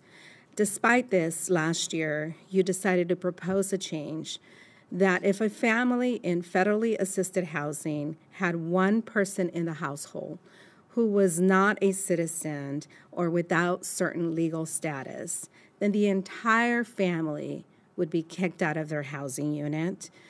This rule could potentially put 55,000 children, throw them out into the streets. I can't imagine the compassion that you talked about earlier in dealing with drug addicts. I can't imagine where the compassion would come from, where we would write a rule that would put 55,000 children, kick them out into the street. What type of an environment, a healthy environment, could they grow up in? Do you think a child living in the streets today could accomplish as much as you have accomplished in your life career?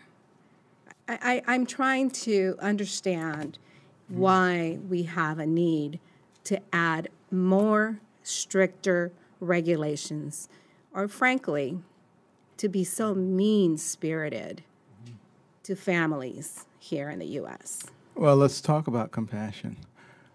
What about those hundreds of thousands of American families who've been on the waiting list to get assisted housing for years? But these people did not jump a list. These people were also part of that wait list. The Housing and Community Development Act of 1980, Section 214, specifically says that the Secretary of HUD may not grant assistance to them, and the subsection says it may not grant assistance to those who are aiding people who are not here legally. So, as I said last year, and it stands today, So, if we don't like that, change the law. well, we could only do so much as far as changing laws, but you continue to push rules that are, frankly, kicking children and families into the street. I am not here to say you shall house people that don't have legal status. I'm talking about citizen children, children that have been born here, that you will kick out into the streets as a result of this rule. We already have regulations dealing with mixed status families. And the current regulations, what it does is it says that anyone living in that household should pay their fair share of that expenditure. So if the rent is $100 and 4 people live in that household and one of them is undocumented, then the rent that we could help subsidize is $75, correct?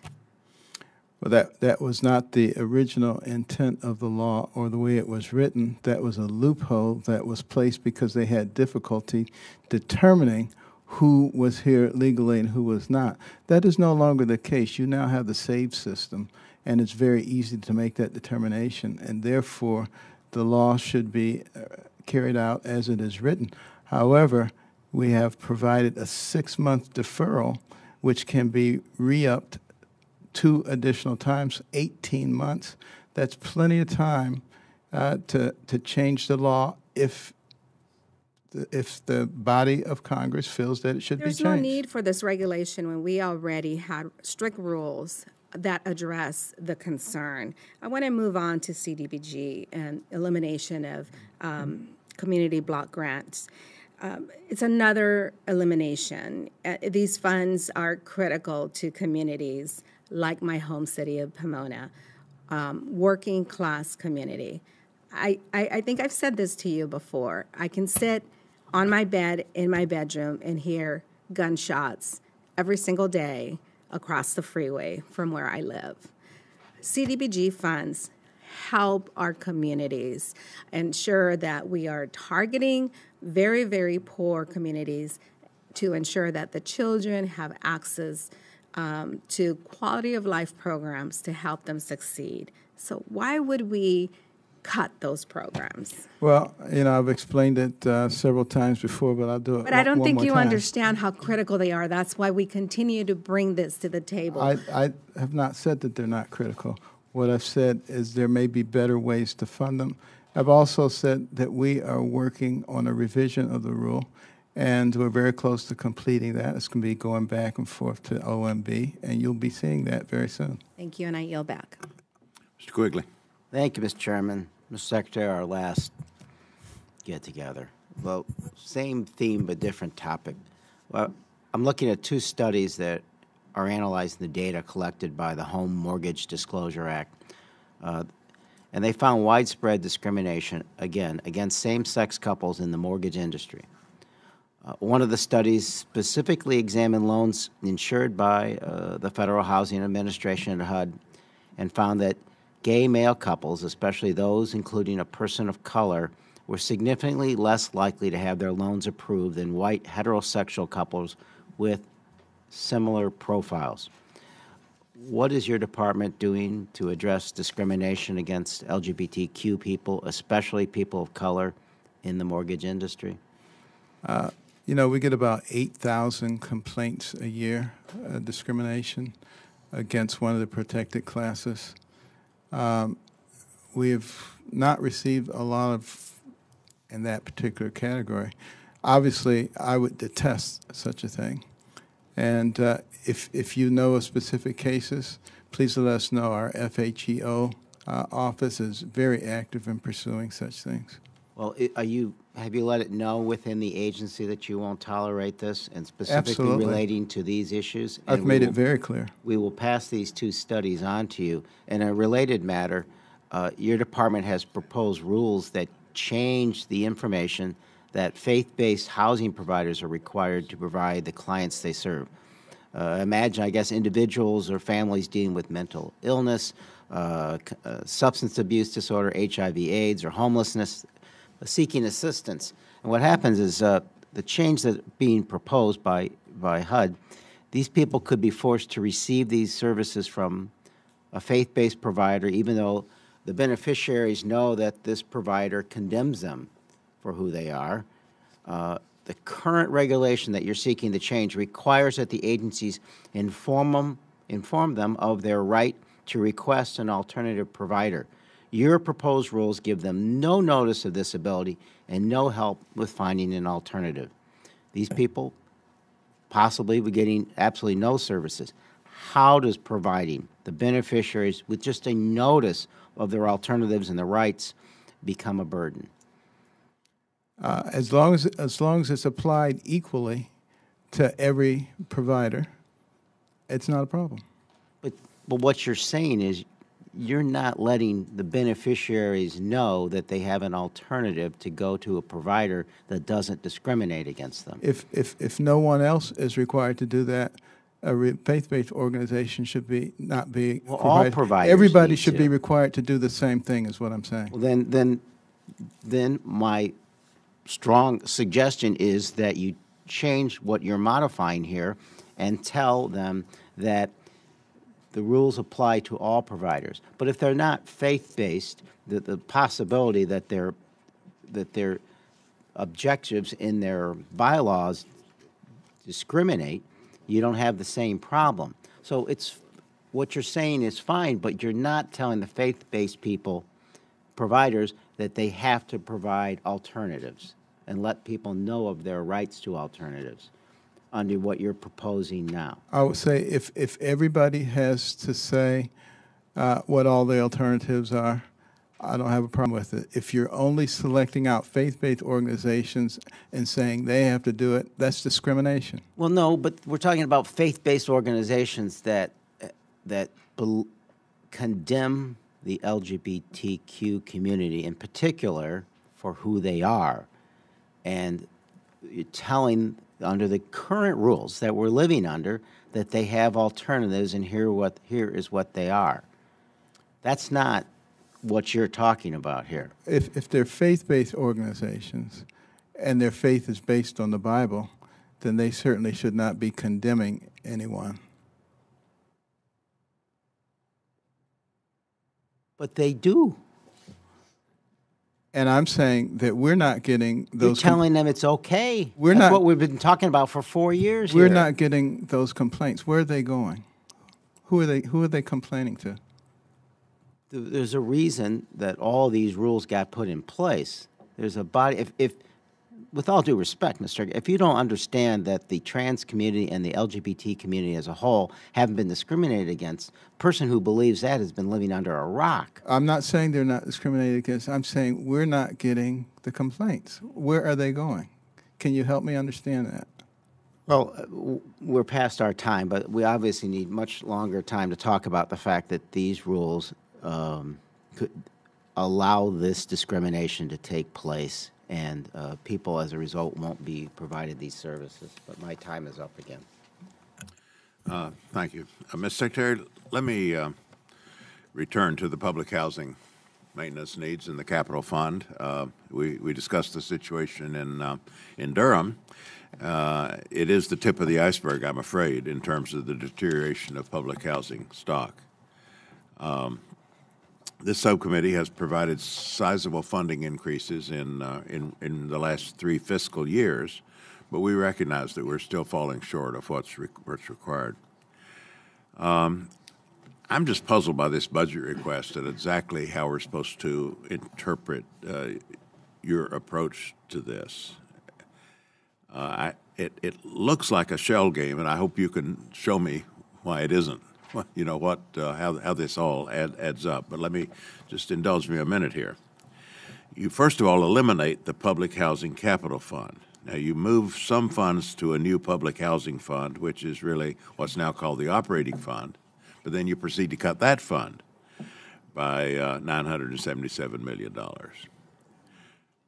You move funds into a moving to work account with tenant-based rental assistance, but this isn't new money. You seem to want to eliminate public housing and move everyone into voucher programs via RAD conversions. So a certain amount of the public housing is going to be converted, and that is taking place in Durham and other places, and we know that it has some promise. But an immediate conversion, universal conversion, that isn't going to happen.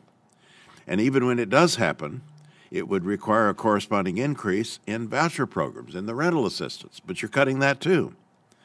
You cut voucher renewals in TBRA by $371 million, end up $1 billion short of what's required just to cover current services. So I'm just asking you, what's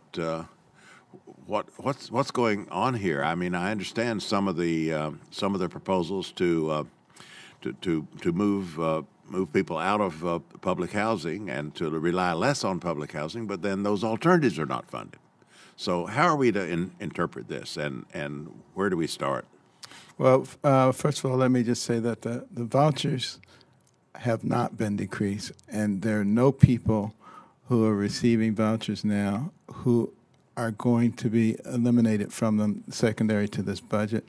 Number two, the budgetary process is a bilateral process. That means, the president presents his budget, Congress has their budget, the Senate has their budget, and after all is said and done, then they arrive at a number. I understand that. And whatever that number is, obviously, we will utilize it in a very most appropriate way.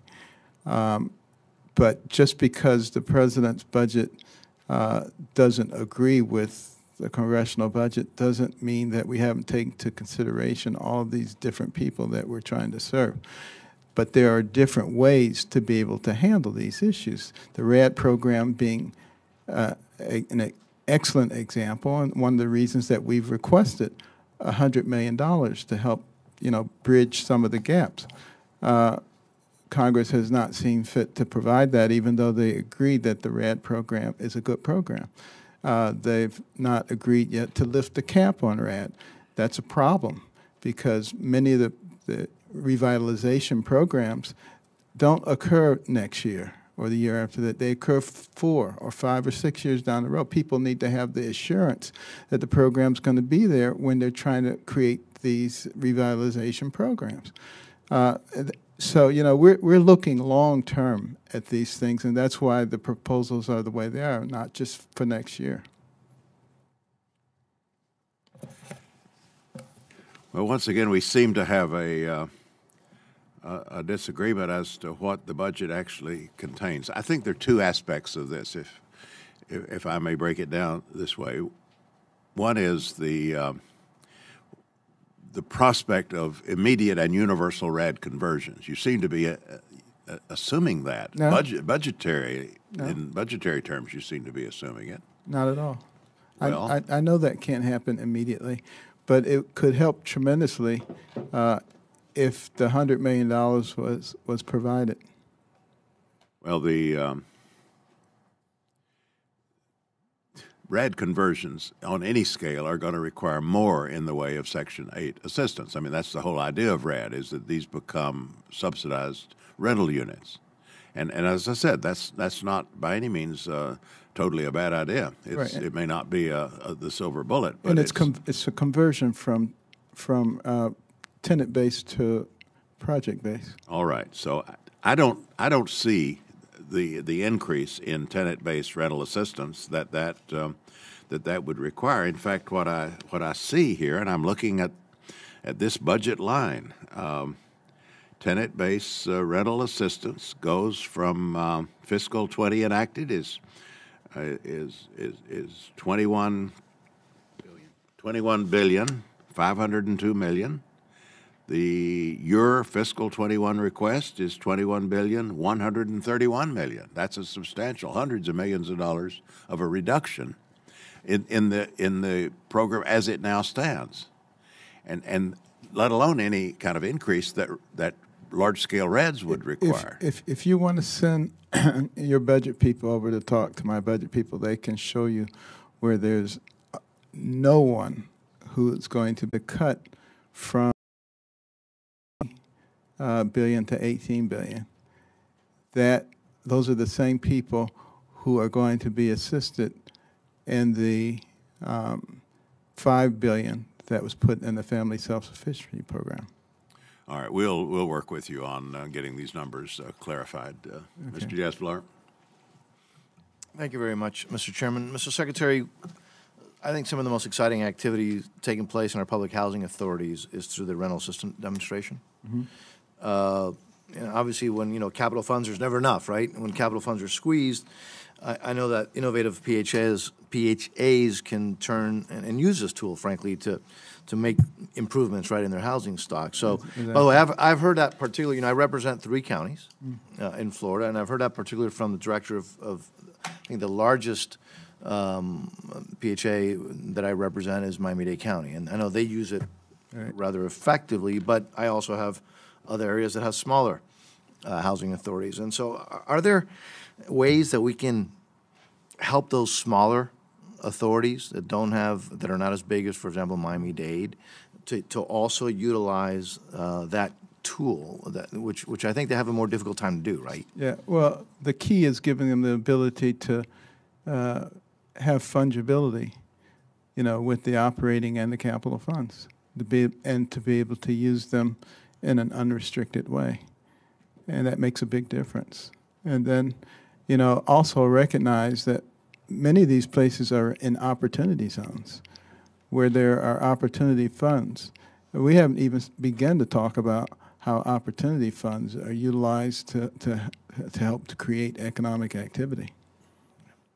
Mr. Secretary, in the time that I have left, and let me just, I happen to be a big fan, and I mean this sincerely, in this era of the fact that you're not supposed to say anything nice about anybody from the other party, but I happen to be a big fan of Congressman Quigley. He's a brilliant guy, he's an active guy, and he's a legitimate fighter and a very effective.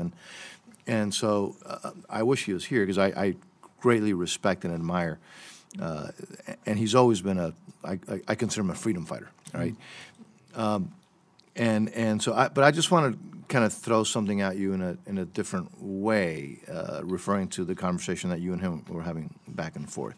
You were born in 1951, I believe. Correct. You weren't born with so-called white privilege, I believe. The United States has changed a lot, I think, for the better in so many ways, and particularly when you talk about discrimination, right? So this job, you're not doing it because it's been a pay increase for you? Or maybe it's because it's less stressful than other things that you've done in the past, even though I know that brain surgery's got to be really stressful. So I just want to kind of, in this time that I have left, describe a little bit why is it that you have, and I think I know the reason because I've gotten to know you, but why is it that you've taken a huge pay cut? You get criticized every day. Mm-hmm. So why is it that you decided to take this job when the president called you to be Secretary of HUD? It's not exactly the most, the least stressful or the easiest job in the world.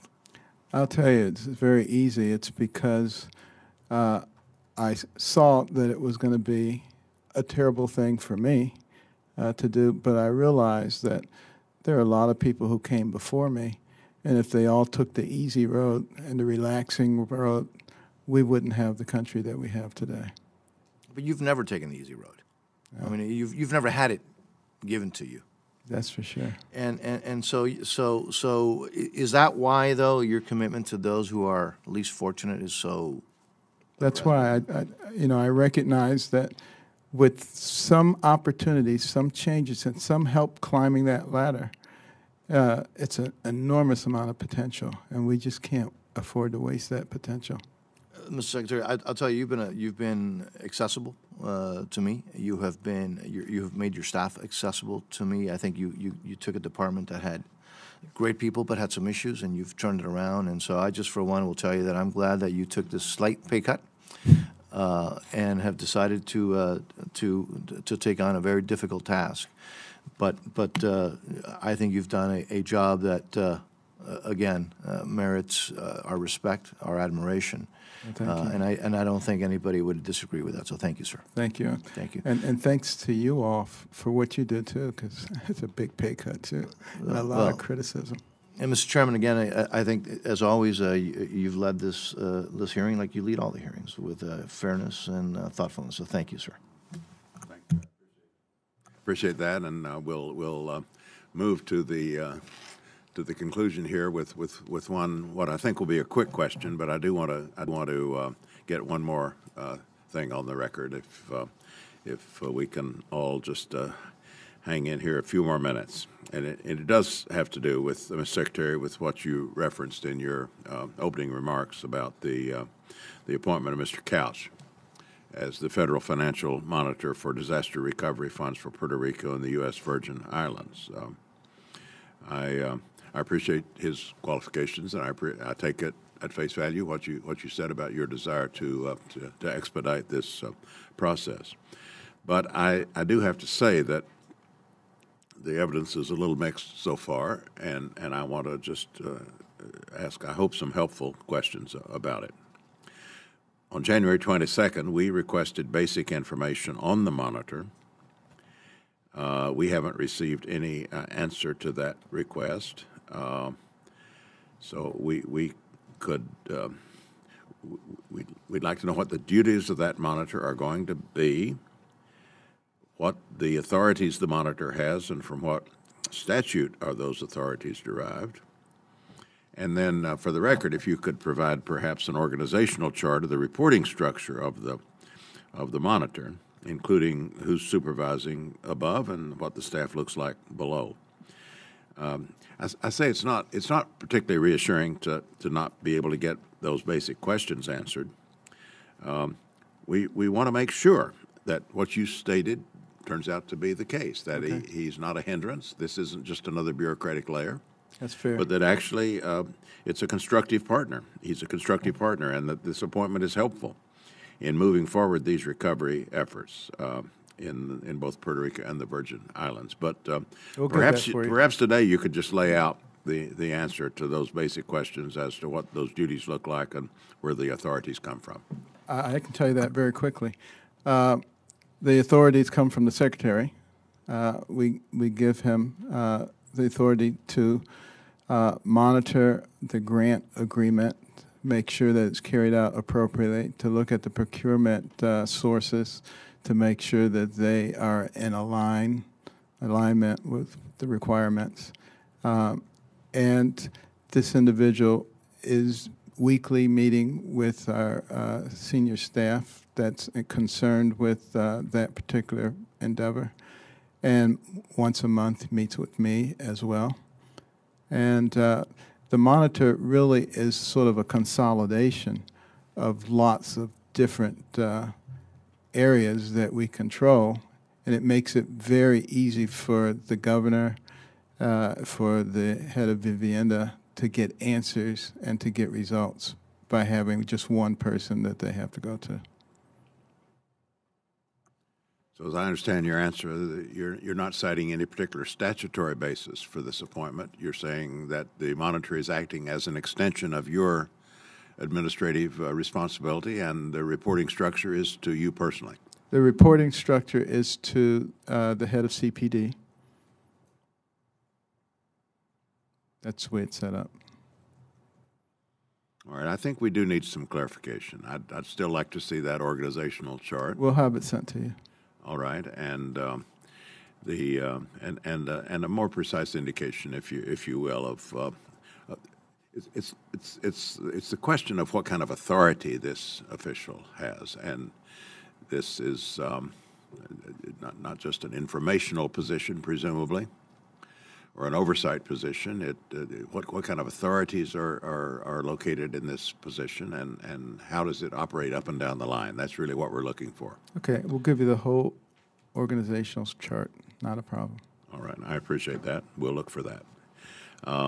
And with that, we thank you again for appearing and for your work and that of your associates at HUD. We look forward to continuing to confer on these matters raised today, and I'm sure much, much more, and putting together a first-rate workable budget for 2021. Thank you so much. You will have questions for the record, probably, from a number of our members. If you'd return the information to the answers to those questions, information for the record, within 30 days from this Friday, that'll let us publish the transcript of today's hearing in a timely fashion.